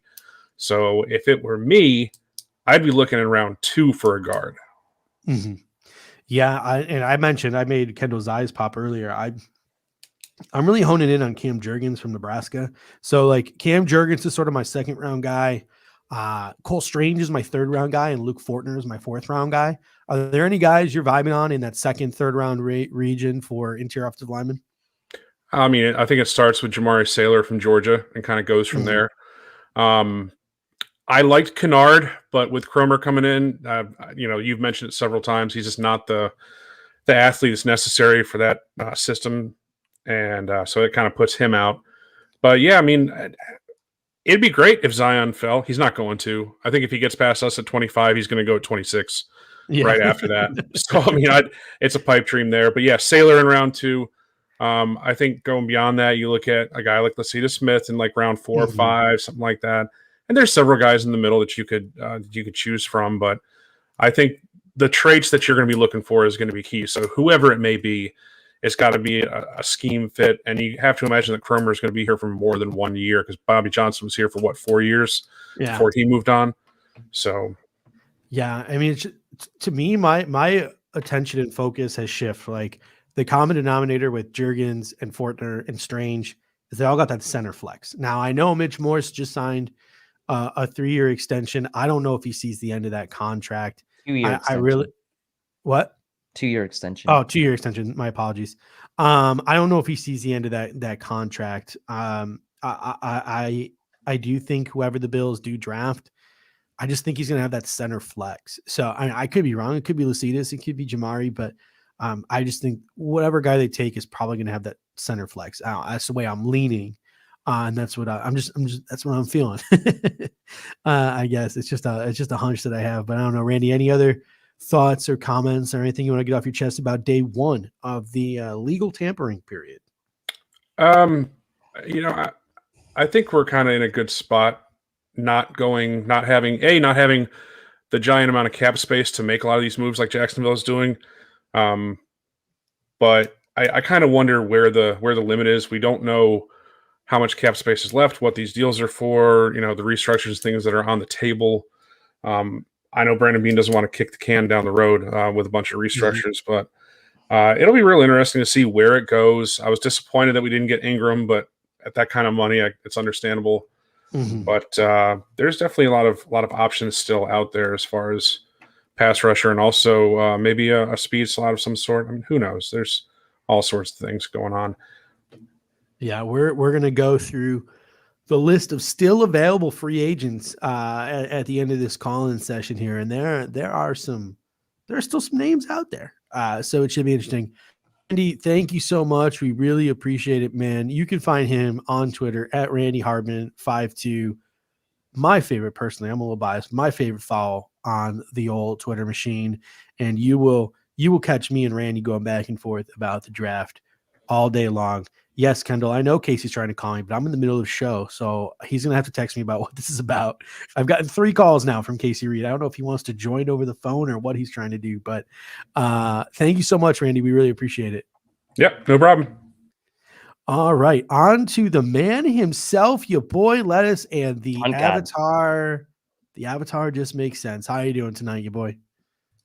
Hey guys, how's it going? Good. How you doing, man? Sorry, I was just checking my phone there.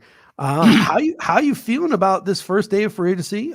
No punter has been signed, so your boy Point God is still in contention here. How are you feeling about the first day of free agency, and what do you want to get off your chest here?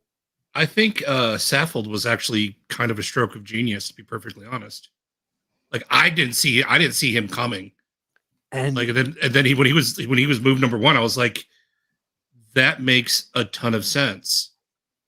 Yeah, I mean, and I'm with you too. Like the crazy part was like he was already in town. Like so clearly he was sort of a priority for the Buffalo Bills. It was almost like the second the Titans waived him or released him, made him a cap casualty, it was like they had him on speed dial. Like there's obviously the Cromer connections. I know Aaron Cromer's daughter, who works for TDN now, she posted a picture of her with Roger, and like so it appears like Roger Saffold super tight with that family. I mean, he spent 2 years. He spent 2 years in with LA. Yeah, he spent 2 years with LA. He mentioned how he's super tight with Stephon Diggs. I made the joke on Twitter today. Stephon Diggs had Roger Saffold in one hotel room, was the other free agent he's got in the other. Apparently it was Tim Settle or DaQuan Jones, but yeah, that was I thought it was a really good signing for the Buffalo Bills. Solid, not spectacular. I'm content there. But I do think, as we've been sort of talking, we have a lot more work to do. A lot more work to do. What hole do you? What sort of sector of Bills Mafia do you fall in? Are you sitting here tonight hoping you're waking up tomorrow to Chandler Jones news, or are you sitting here tomorrow hoping you wake up to no news tomorrow, and by the end of the day tomorrow we've signed, Brian Pringle and Durham Smythe and Austin Blythe and an edge rusher and one of the various different cornerbacks that are still on the market. Are you team? I want all in on the star. I would take quantity over. I would take quantity over Chandler Jones every day of the week.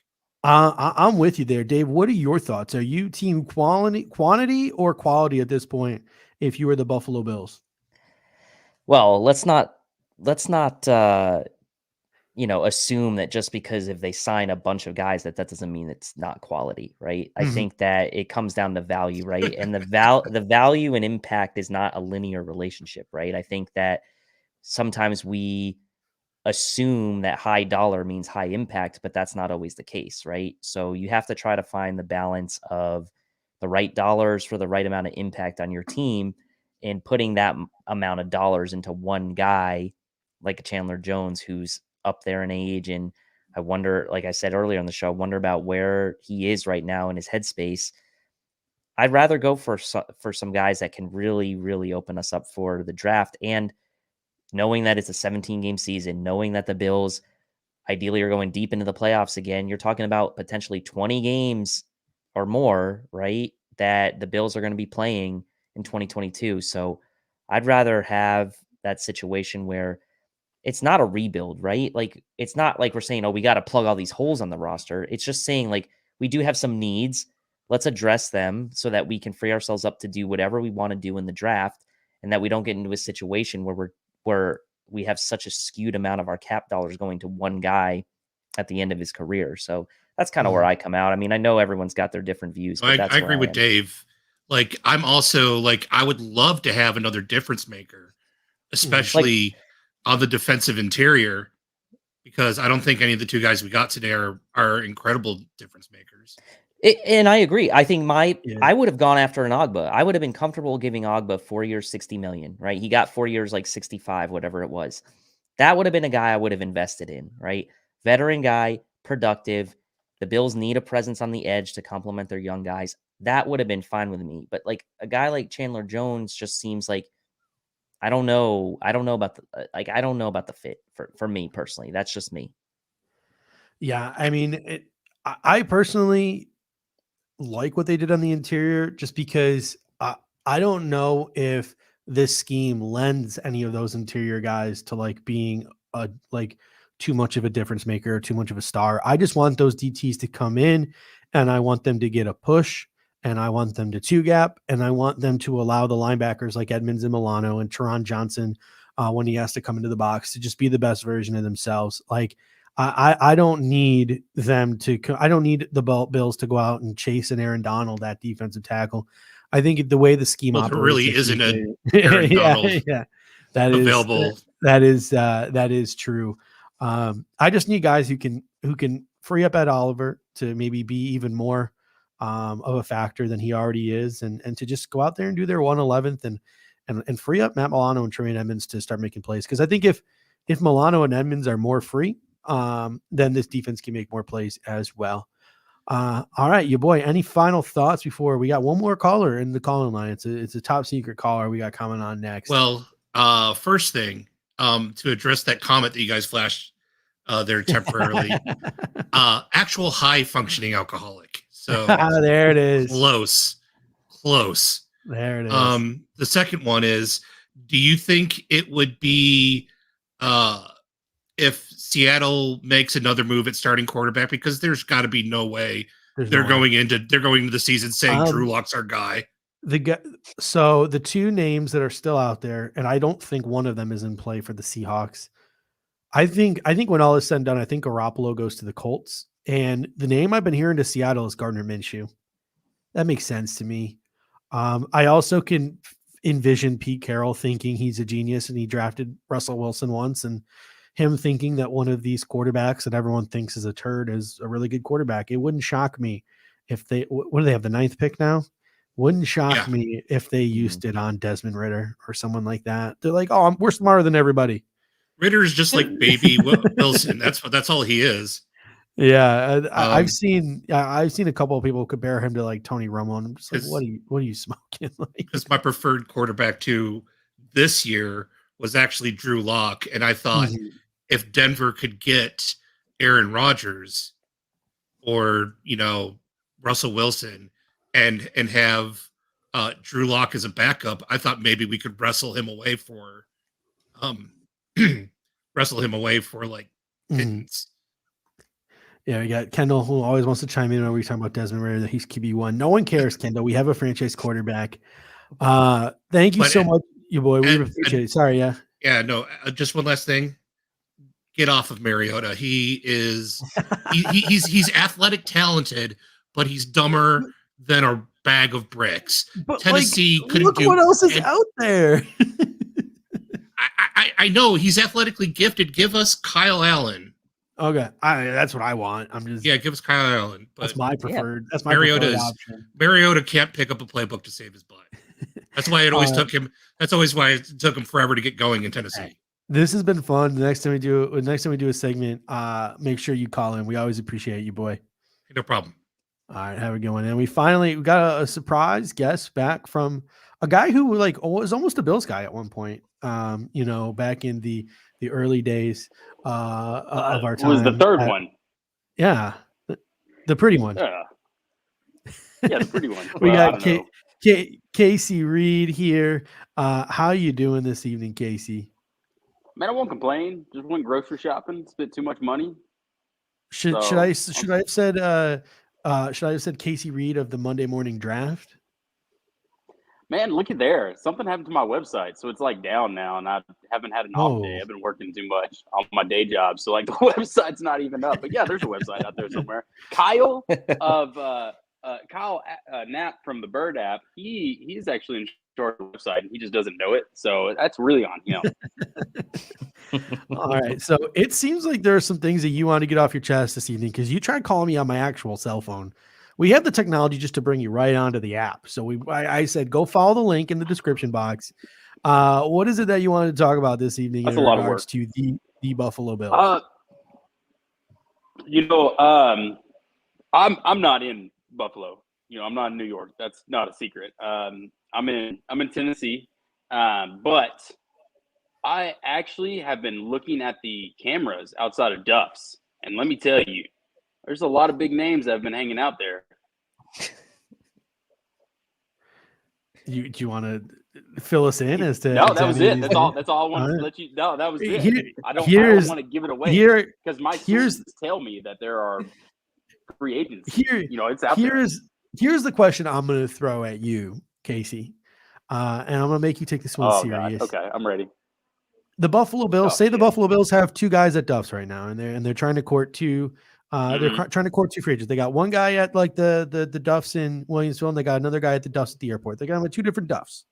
All right, so they don't see each other. They don't want them to each other. Know each other in town. They got them at two different Duff's. One is Nwosu, the edge from the Chargers, and the other is Chandler Jones, the edge from the Arizona Cardinals. If you were GM Brandon Beane, who do you want more? Do you want the young, pay for potential of Nwosu from the Chargers, or do you want the established edge, who might be a little bit long in the tooth, in Chandler Jones? I mean, both have their upside, right?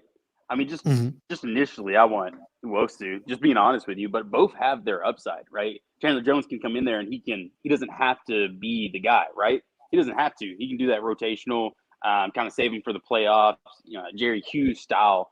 Because we have three younger guys, really. I mean, we keep forgetting about Epinesa, but that 3rd-year jump, that's a real thing, right? So I'm expecting big things from him this year, but I don't know. I want the young guy. I want Nwosu. Not only that, man, you watch the Chargers, he pops for the Chargers. So Mhm.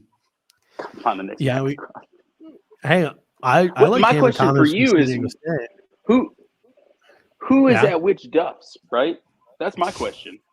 Because I don't here's even. the thing, right? I'm not gonna lie to you. gotta We're think, like, sponsored. We're sponsored by no. Picasso's Pizza now, so I don't even know where the Duffs is. I know one Duffs, So the one by here- UB, the one by UB North. That's the only one I know. Let's change And it. the Then. airport. Let's change it, right? Which one is at which Picasso's then?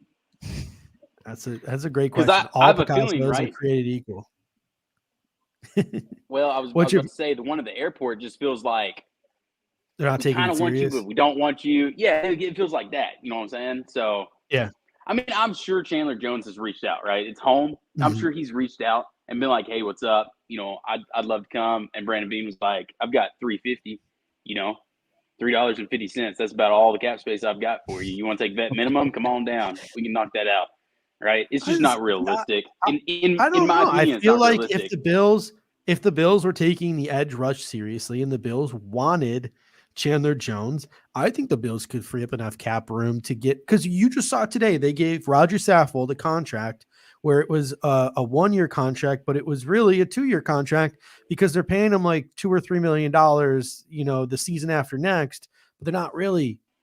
He's not going to be on the roster. It's sort of those void years, like they did with Mario Addison, like they did with Emmanuel Sanders. There are things the Buffalo contracts that can be restructured on the team. Trey White, Deion Dawkins, extensions that can be had, Stephon Diggs, that can free up tens of millions of dollars. I think Chandler Jones is more than realistic, especially if it's only a 1 or a 2-year deal and you're not mortgaging your future. So when some of these contracts start to come up, like Tremaine Edmonds, Ed Oliver, Dawson Knox, etc., into your future, Chandler Jones is coming off the books.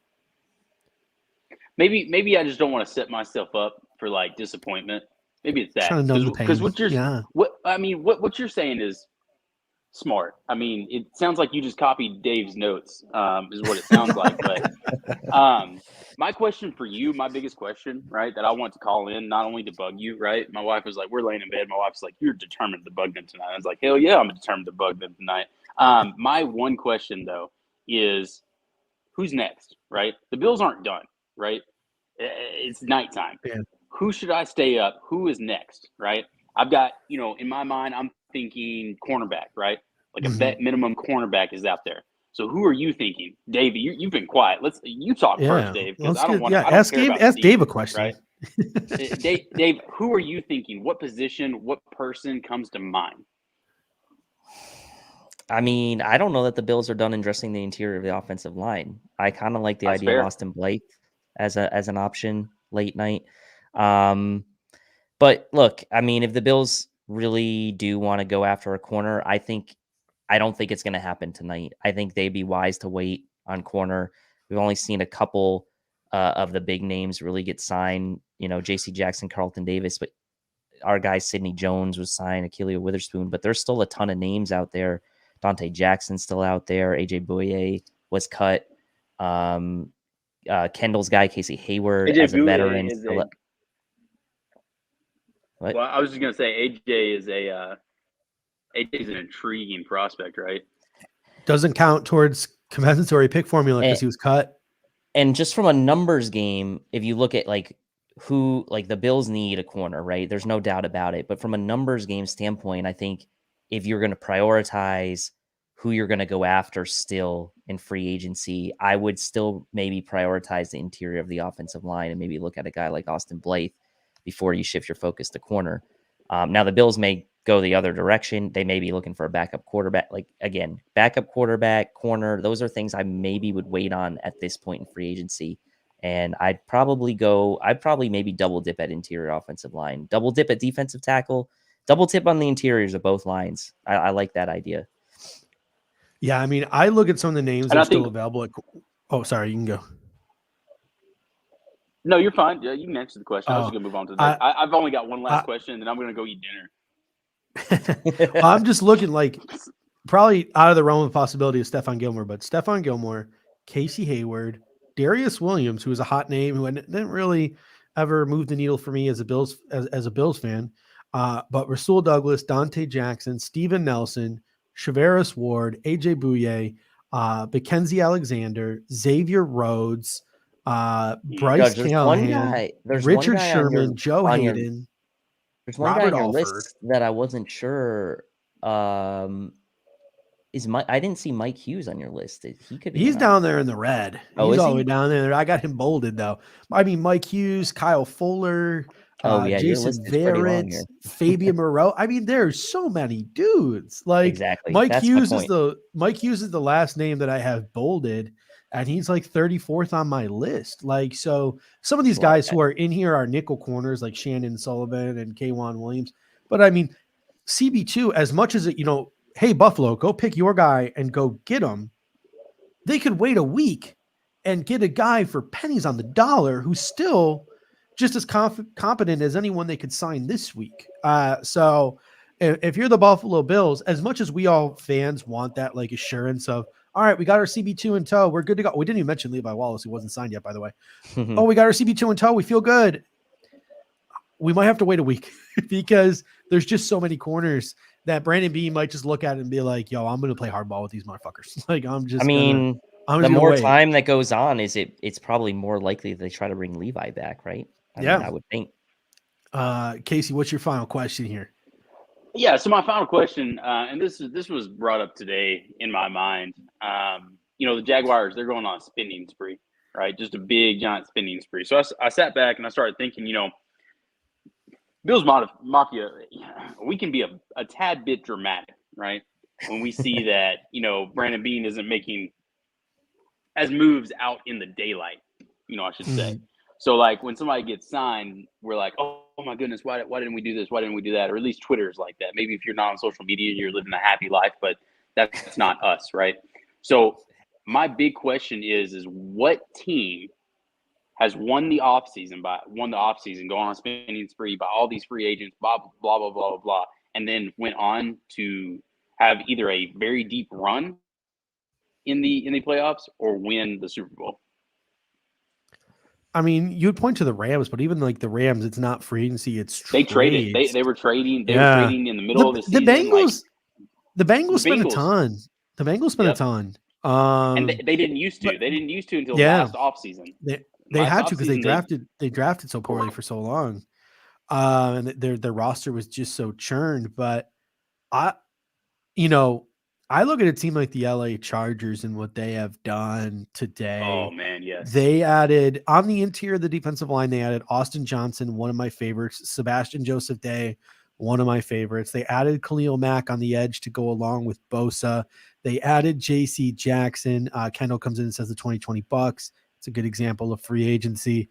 A lot of those free agents took discounts though to come play with Brady. But then you go along with like Derwin James, and that Chargers defense is gonna be something else, especially if they can start adding some linebackers in the draft, because I know their linebackers are a little weak. Kenneth Murray hasn't exactly lived up. And if they can add a guy like Jordan Davis too, a big two-gapping guy, that defense is gonna be filthy. And I look at them as a team that won free agency today. And looking forward, I can picture the LA Chargers being a team that uses free agency to put themselves over the top. I also liked Miami's day, but I don't think it puts them over the top because Tua is still their quarterback. Chargers are getting ready to try to make the playoffs, right? I mean, this is a team that missed out. They missed out on the playoffs. They've got Justin Herbert. They've got, the weapons in place on offense with Eckler, Keenan Allen. Mm-hmm. That's a team that's saying we're ready to try to make a run in the playoffs now, but you got to get to the playoffs now in the AFC West. So the Chargers, to me, like, while I love what they've done, like, that division's going to be brutal for Denver. I mean, the Raiders are now looking up in a distant fourth, in my opinion. They could have had their 1 year in the playoffs to be good, one and done for them for the foreseeable future. as far as them being in the playoffs. So I like what the Chargers have done, but in that division, it's going to be really tough. I mean, they're a very good team. They had but to. They had to. Yeah, they had to, Yeah. right? They had to, with knowing they have Justin Herbert, right, as their quarterback. Like, they know they have their guy and they have to try to do it now. It's the same reason Denver went out and got Russell Wilson. It's because it was the opposite, right? They felt like they already had a ton of other pieces in place, the Denver Broncos, outside of the quarterback. So almost an opposite situation of Denver and the Chargers as far as their approach to the offseason, but both doing what they need to do to go for it, right? All right. Just checked Adam Schefter's Twitter account. Nothing new since we started this show. So at least the Bills didn't do anything crazy while I wasn't looking. But Casey, any final thoughts before you head out here this evening? Yeah, man, I got a couple of sources out there saying the Bills ain't done. So, if they sign anybody else, just know that, I was the You first get credit one for to it. do that. You'll get credit for it. that. So if the Bills sign I anyone appreciate tonight, that. you get credit for it. I appreciate that. I want it said on Twitter. I want it said. What if they don't sign anyone podcast tonight? so I can re-listen to it. And it's What not if my they don't fault. sign anyone? It's not your fault. Your Well, source is it just something means happened at the last second, No. something fell apart. It just means it just means negotiations have stalled until the morning. That's all that means. No big deal. All right, ladies and gentlemen, that is Casey Reed of a blog that apparently doesn't exist anymore, but every once in a That's while right. when the Go blog Bills. does work, Monday Morning Draft. Thank you, Casey. Have a good one. Thanks, All right, Casey. we'll see. All right, I caught his ass off before he even got a chance to finish. So you get. All right, ladies and gentlemen, we still got a little bit of time left, maybe a couple more minutes here. I want to go through some other positions. I want to people in the comment section take over for a little bit here and start listing off some free agents that you would still like the Buffalo Bills to pursue. I'm going to start going through positions here. I want to move to tight end, and I'm going to go through some of the tight ends that are available. But as I'm doing that, hit us up in the comment section. Who are some prospects that are left that you're interested in, that you want to talk about? I'm going to shift the focus to tight end because there's a glaring Zach Ertz is gone. He's back with Arizona. Evan Ingram to the Jaguars. CJ Uzama to the Jets. Mo Alley Cox back to the Colts. Will Disley back to the Saints. Those were the big ones of the tight end moves today. Rob Gronkowski has not re-signed with the Buccaneers. I want to have a conversation about how Rob Gronkowski maybe he chooses Josh Allen over Tom Brady. No. Tyler Conklin still available. A guy who caught touchdown pass from Josh Allen at the Senior Bowl. Looked like he could be a solid plan D, especially if the tight end market plays out. You can get a guy like Tyler Conklin at a discount. Robert Tonyan, O.J. Howard, Max Williams, Gerald Everett, Jared Cook, Hayden Hurst, your guy, Kyle Rudolph, my guy, Durham Smythe, Ross Dwelly are all still out there. So there are still some names at tight ends, despite the tight ends have gotten paid today. I'm going to start with Gronk. Is it a pipe dream? Is there a chance that Gronk could choose the Bills and Josh Allen over Tom Brady? And if not, who's the guy who still got your eye here in this market?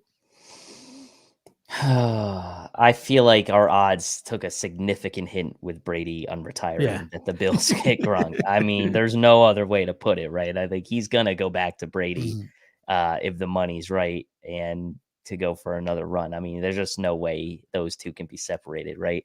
I'd love to have them, but I don't know if at this point it's going to make sense. But what you see, you just named off all these tight ends, and what you see is the theme of kind of what Brandon Beane's done so far in free agency is he's attacked and he's concentrated, I think, on positions so far that aren't that deep in free agency, right? Like interior defensive line, interior offensive line. Like there's some decent top end guys, but like it's not a laundry list of guys like we've had at tight end or corner or whatever. So Hayden Hurst is still out there. I like him. Smythe I like as well. But you just named another 10 guys like Ross Dwelly as a guy that I could see coming in, filling that TE2 role. Like there's a ton of tight ends still out there. So while the flashy names like Ingram are off the market, and a Disley, who's a guy that we all liked at cover one, he got a big contract, right? I don't know exactly what the guarantees are, but like tight ends are getting paid right now. Yeah. So it would be wise for Brandon Beane to wait this out and let the dust settle on the tight end free agent market and find himself a guy like he did last year in Jacob Hollister, not necessarily like has to be a guy maybe that far down the rung, but like I wouldn't be surprised if it turns out to Yeah. be a guy like that, and that becomes maybe Ross Dwelly this year, or maybe even Hayden Hurst, right? So, Yeah. I'd wait it out. My new man crush for the free agency period is Tyler Conklin. Oh yeah, Tyler I Conklin, think he would be a great get. Max Williams, I think, would be a great get. Kyle Rudolph, Durham Smythe, Ross Dwelly. I'm looking for that inline number 2. All solid options. I think the Bills could get at a discount. Your boy Lettuce comes in and says Rasul Douglas. It'll be interesting. I need to go and double check and see where Green Bay's money is at right now, because it looks like they're trying to run it back. But the way that Christian Kirk got paid today, Devontae Adams made it clear he ain't playing unless they're paying him a new contract. So that's going to be a really weird situation. And Rasul Douglas, do you want to go back and take a lot of money with a loser, or maybe you take a discount and go to a winner? Because winners are really the only teams you've had success with in your career, Rasul Douglas. So Rasul Douglas might have had a taste of success with the Green Bay Packers last year, a really good football team where he could feed off of some of those other defensive playmakers around him. Maybe he wants to go to a situation like Buffalo where he could be in a similar situation for him to flourish. You got Eric Kuntz coming in saying, think we get Landry. Adam Schefter actually came out today, this evening, and said it was down to, it was pretty much the Chiefs and another team. I can't remember what it was. Saints were the two teams that were sort of zeroing in on Jarvis Landry. So it appears like maybe the Bills' interest has gone away. Maybe they think like a guy like Cole Beasley is just a better option because, again, well, how much does Jarvis Landry want? If Jarvis Landry if the Buffalo Bills called Jarvis Landry and Jarvis Landry's like, I want $10 million, the Bills are like, well, I got Cole Beasley here for 7. Ronald Ringler wants Gronk. Dan Kit wants Cordarrelle, and he wants Chandler Jones. Eric B really wants Nwosu. He's the guy on the defense that I'm super interested in. Dilly Dale says he wants Isaiah Oliver. So some bargain shopping at corner. Pops Mafia doubling down on the Rasul Douglas. David Kane coming in saying Byron Pringle, Dante Jackson, or Chandler Jones. One of my favorites still out there, J.D. McKissick. But again, this is one of those things where I don't know if the Bills are looking for a compliment to Devin Singletary anymore. They could be in a situation where they're looking for something different. And we had that conversation earlier on the show. So as much as I like J.D. McKissick, I just don't know, man. Like if that's sort of the product that the Buffalo Bills are interested in shopping for right now. Kenneth Rivera comes in, says Cordarrelle Patterson. He's a popular name. Jonathan Wyman comes in, says Kyle Allen and Deontay Harris. Deontay Harris was given a second-round tender by the Saints today.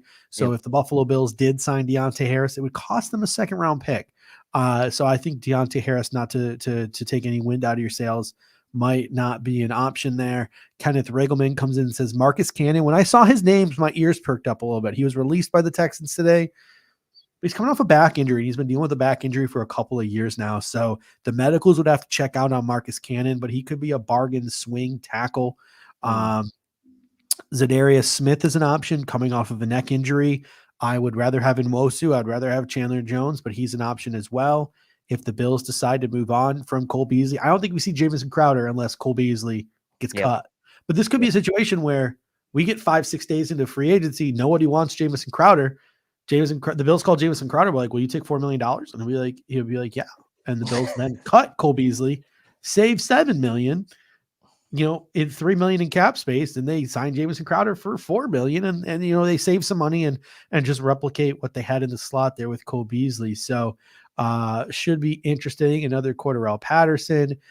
So a bunch of different interesting names in the comment section there. And then Fletcher Cox. I don't know. The moves that Philadelphia has been making makes me think that they can be competitors again. And I don't know if they're going to be willing to eat that dead cap. So it's going to cost you, I think, a high draft pick in order to get Philly to eat that dead cap. So I don't know how interested Philly is going to be in that. McNizzle just said the Chiefs got Justin Reed. That would be huge for them. He was one of my favorite. We don't really talk about safeties that much, but if the Bills were in need of a safety, Justin Reed would have been at the top of my list. The Buffalo Bills exposed Dirty Dan Sorensen. 3-year, $31.5 million, $20 million guaranteed. Breaks my heart because you saw Dirty Dan getting posterized by Dawson Knox quite a number of times.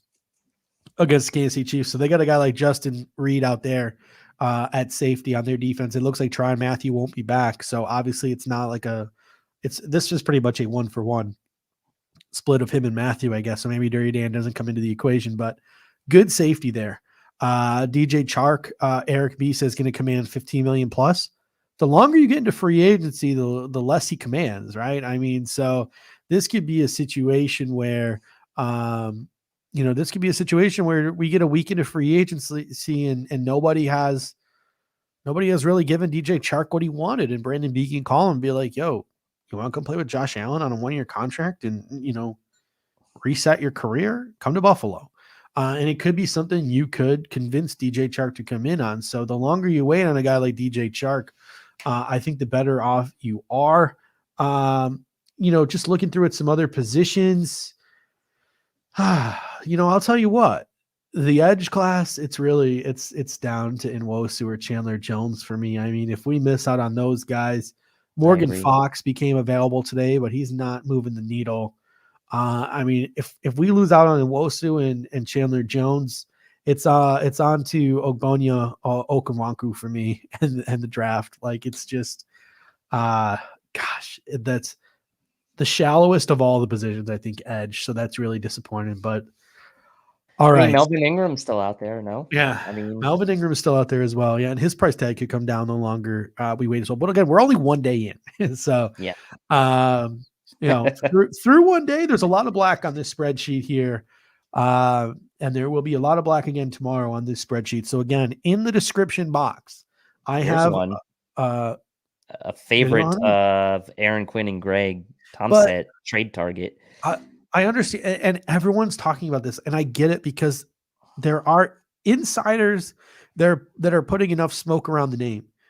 They just gave Kirk Cousins an extension. They just gave Harrison Phillips a bag. Like, that doesn't scream to me a team that's rebuilding. True. Like, are they trading Danielle Hunter? Like, I don't know. I get it. It makes sense. It's an awesome idea. The Stephon Diggs trade came out. I understand all of these things, but Danielle Hunter is just not something that I'm really putting a lot of money in. It's one of those things we talked about. It's like, if it happens, I'll react to it, but I'm not going to sit here and try to prognosticate it. Like, I think it would cost us a 1. I don't think they're taking anything less than a 1. Are you willing to give up the 25th pick in the draft for Danielle Hunter? Man, probably not. Probably not, honestly. Yeah, I don't think I am either. So that one is super interesting. But I'll tell you what, hour 47 in, it is. It's hard to walk away from 300 plus people. So let's do one final segment here. I want you to try to predict the next Bills signing on offense and the next Bills signing on defense. Let's start with offense.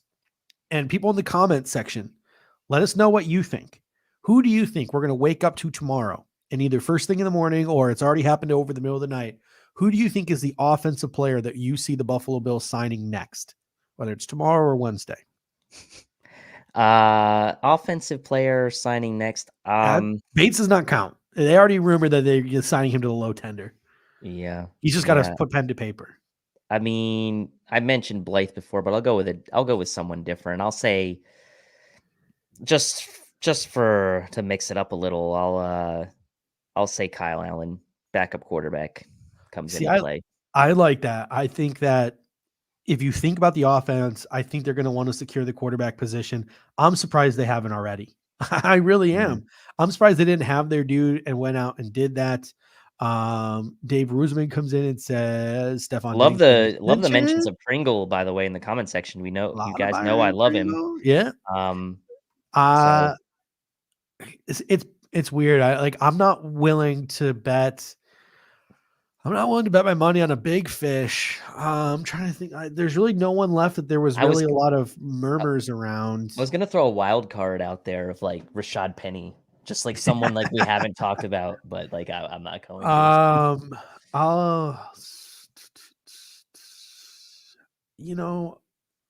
want to go back to go with your guy, Austin Blythe. No, I'm going to go back to. I think they wait on Austin Blythe. I'm going to go back to, I think there's been enough smoke around tight end that I'm going to go to the tight end position, and I'm going to go with the upside here. I think that tomorrow the Buffalo Bills announced that they have signed Tyler Conklin to a deal. Oh, love that. Love that. I'm going to go with it. Just a gut feeling. He seems like a Bills guy, doesn't he? He seems like a Buffalo Bills type of guy. We've talked about him a lot on this show. Yeah. I mean, we've mentioned his name multiple times. I think I picked him in the free agent draft we had. So yeah. Jason, Will Disley went back to the Seahawks, so he's not an option. I believe he got 3 years, $24 million. Yeah. So $8 million. So who knows? I could be dead wrong because the Buffalo Bills are like, we're out of this market. We don't want anything. Oh, hold up, ladies and gentlemen, we have a surprise guest in here. Oh my goodness. What is the meaning of this camera? I think he was coming to end the broadcast. We've been going on too long. He's like, get out of here. We can't hear him. You're on mute. That's can't hear you, man. Technical difficulties on Greg's side. He's very sad. You can tell by his face. We got some feedback coming. So I don't know, maybe he's unplugged. So he was just coming in. We got some massive feedback. To hall monitor us, I think. I'm gonna mute his mic there. There's some feedback coming from Greg Tomzet. But we got Greg there. He's gonna figure it out. Give us the thumbs. Are you ready to go? Are you ready to come back in? Nope. We're gonna put Greg back into the waiting room, and he'll come back out here when he's good and ready. So whenever you're ready to come back in, Greg, you can come in and join us. But who knows? Maybe all that money that's been thrown around at tight end, the Buffalo Bills are just like, yeah, let's wait. And it could be something they wait a week down the road. How about a defensive free agent? What's a defensive free agent you think the Buffalo Bills could be adding tomorrow? Man, I would really like the idea of AJ Bouye coming in tomorrow because I was gonna go AJ. Wouldn't count against the compensatory pick formula. Upside, right? Talented, has shown that. Still pretty young, and now when you start looking at this crop of corners that's available, Sidney Jones is off the market, Akilio Witherspoon's off the market, Dante Jackson's still out there, but probably going to cost you a lot more than a guy like AJ Bouye at this point. Casey Hayward's out there, but older, probably be a short term. And like, how much are you going to really invest in a guy like Rasul Douglas or Steven Nelson at this point? So I like the thought of AJ Bouye being a fit and also being like a savvy move that Brandon B would make because it doesn't count against the comp pick formula. And we got a ton of people coming in saying Nwosu, that's gonna be my pick. So I think, and I'm gonna put a little story. I'm gonna put a little backstory behind it. I think tomorrow morning you're gonna wake up, and a couple hours into the morning, as you're sipping your coffee, you're going to read Chandler Jones to the Denver Broncos.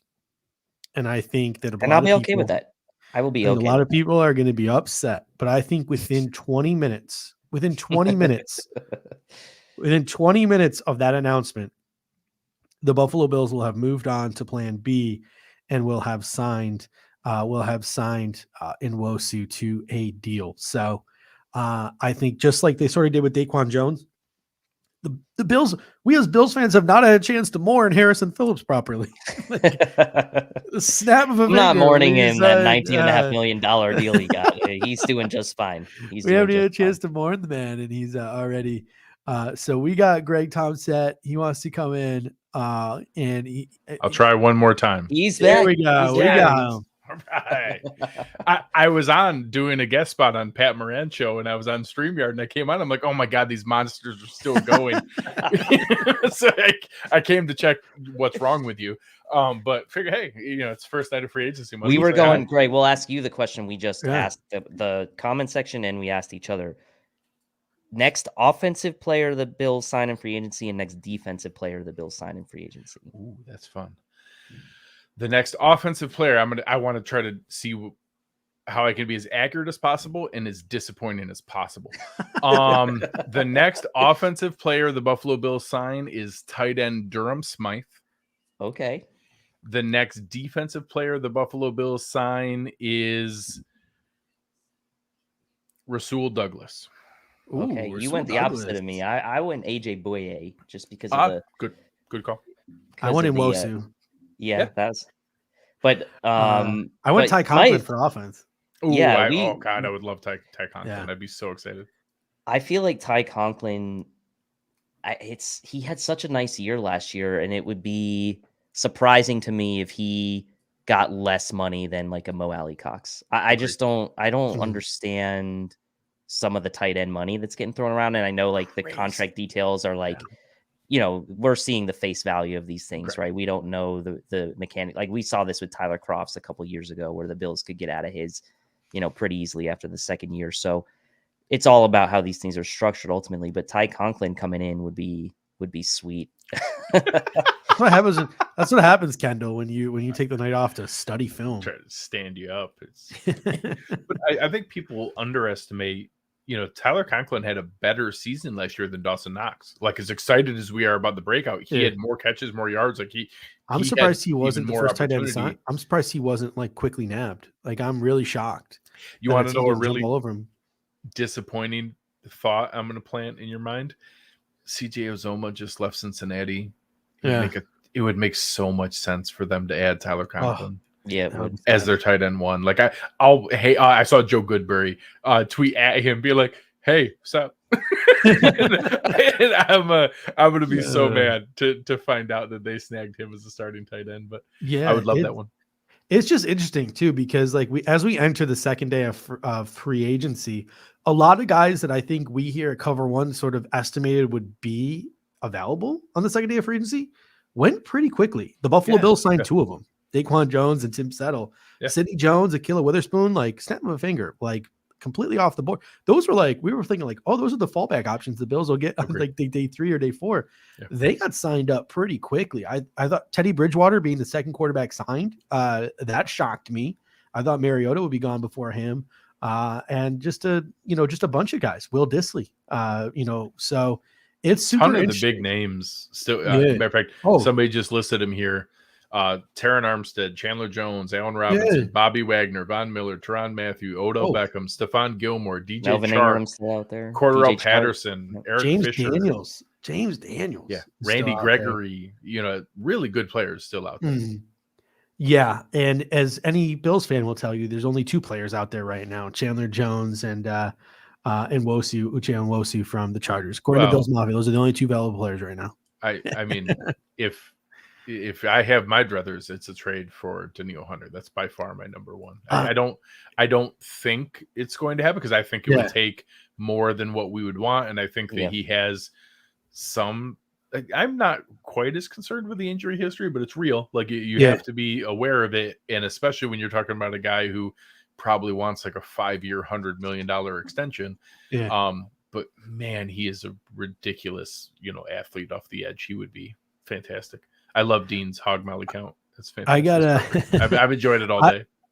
I got a question for you, and this will be we're going to wrap it up at the 2-hour mark here. So I gotta go to bed. But the last question I have for you is we had this conversation pretty in depth at a couple of points in the show tonight. My expectation all along was we were either going to sign or draft a running back to complement Devin Singletary. But I'm seeing a couple of people now. Eric and Bruce had this exchange on Twitter earlier where maybe it's not the popular thing to say, but if the Buffalo Bills truly are going back to that zone running scheme, not exactly like a guy like Devin Singletary had a ton of success, could the Buffalo Bills be in play for like a Leonard Fournette or a Cordarrelle Patterson or, one of these running backs out here still on the board? I'll be honest, I hadn't really thought about it like that either until seeing that and be like, yeah, I guess. And the Roger Saffold just kind of opened up all those different thoughts. Could be a sleeper. Yeah. And trying to think of the kind of guys, does that, I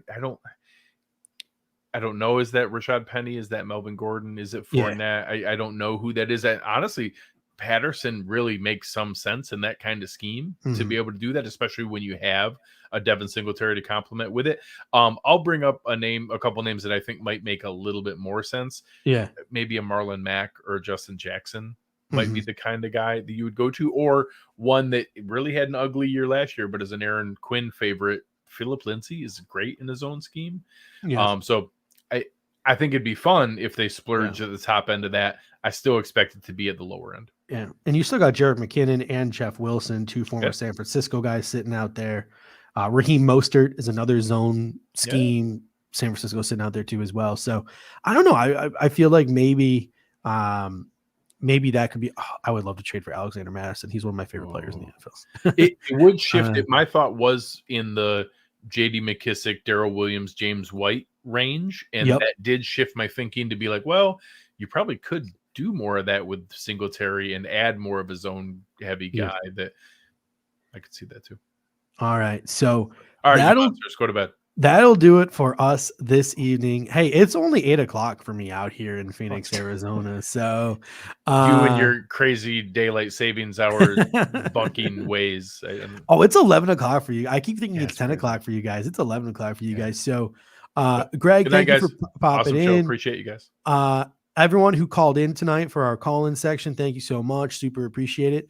And until next time, ladies and gentlemen, go Bills. Go Bills. I have to pull up the clip. I don't have the clip right here. We go. Are we having fun yet?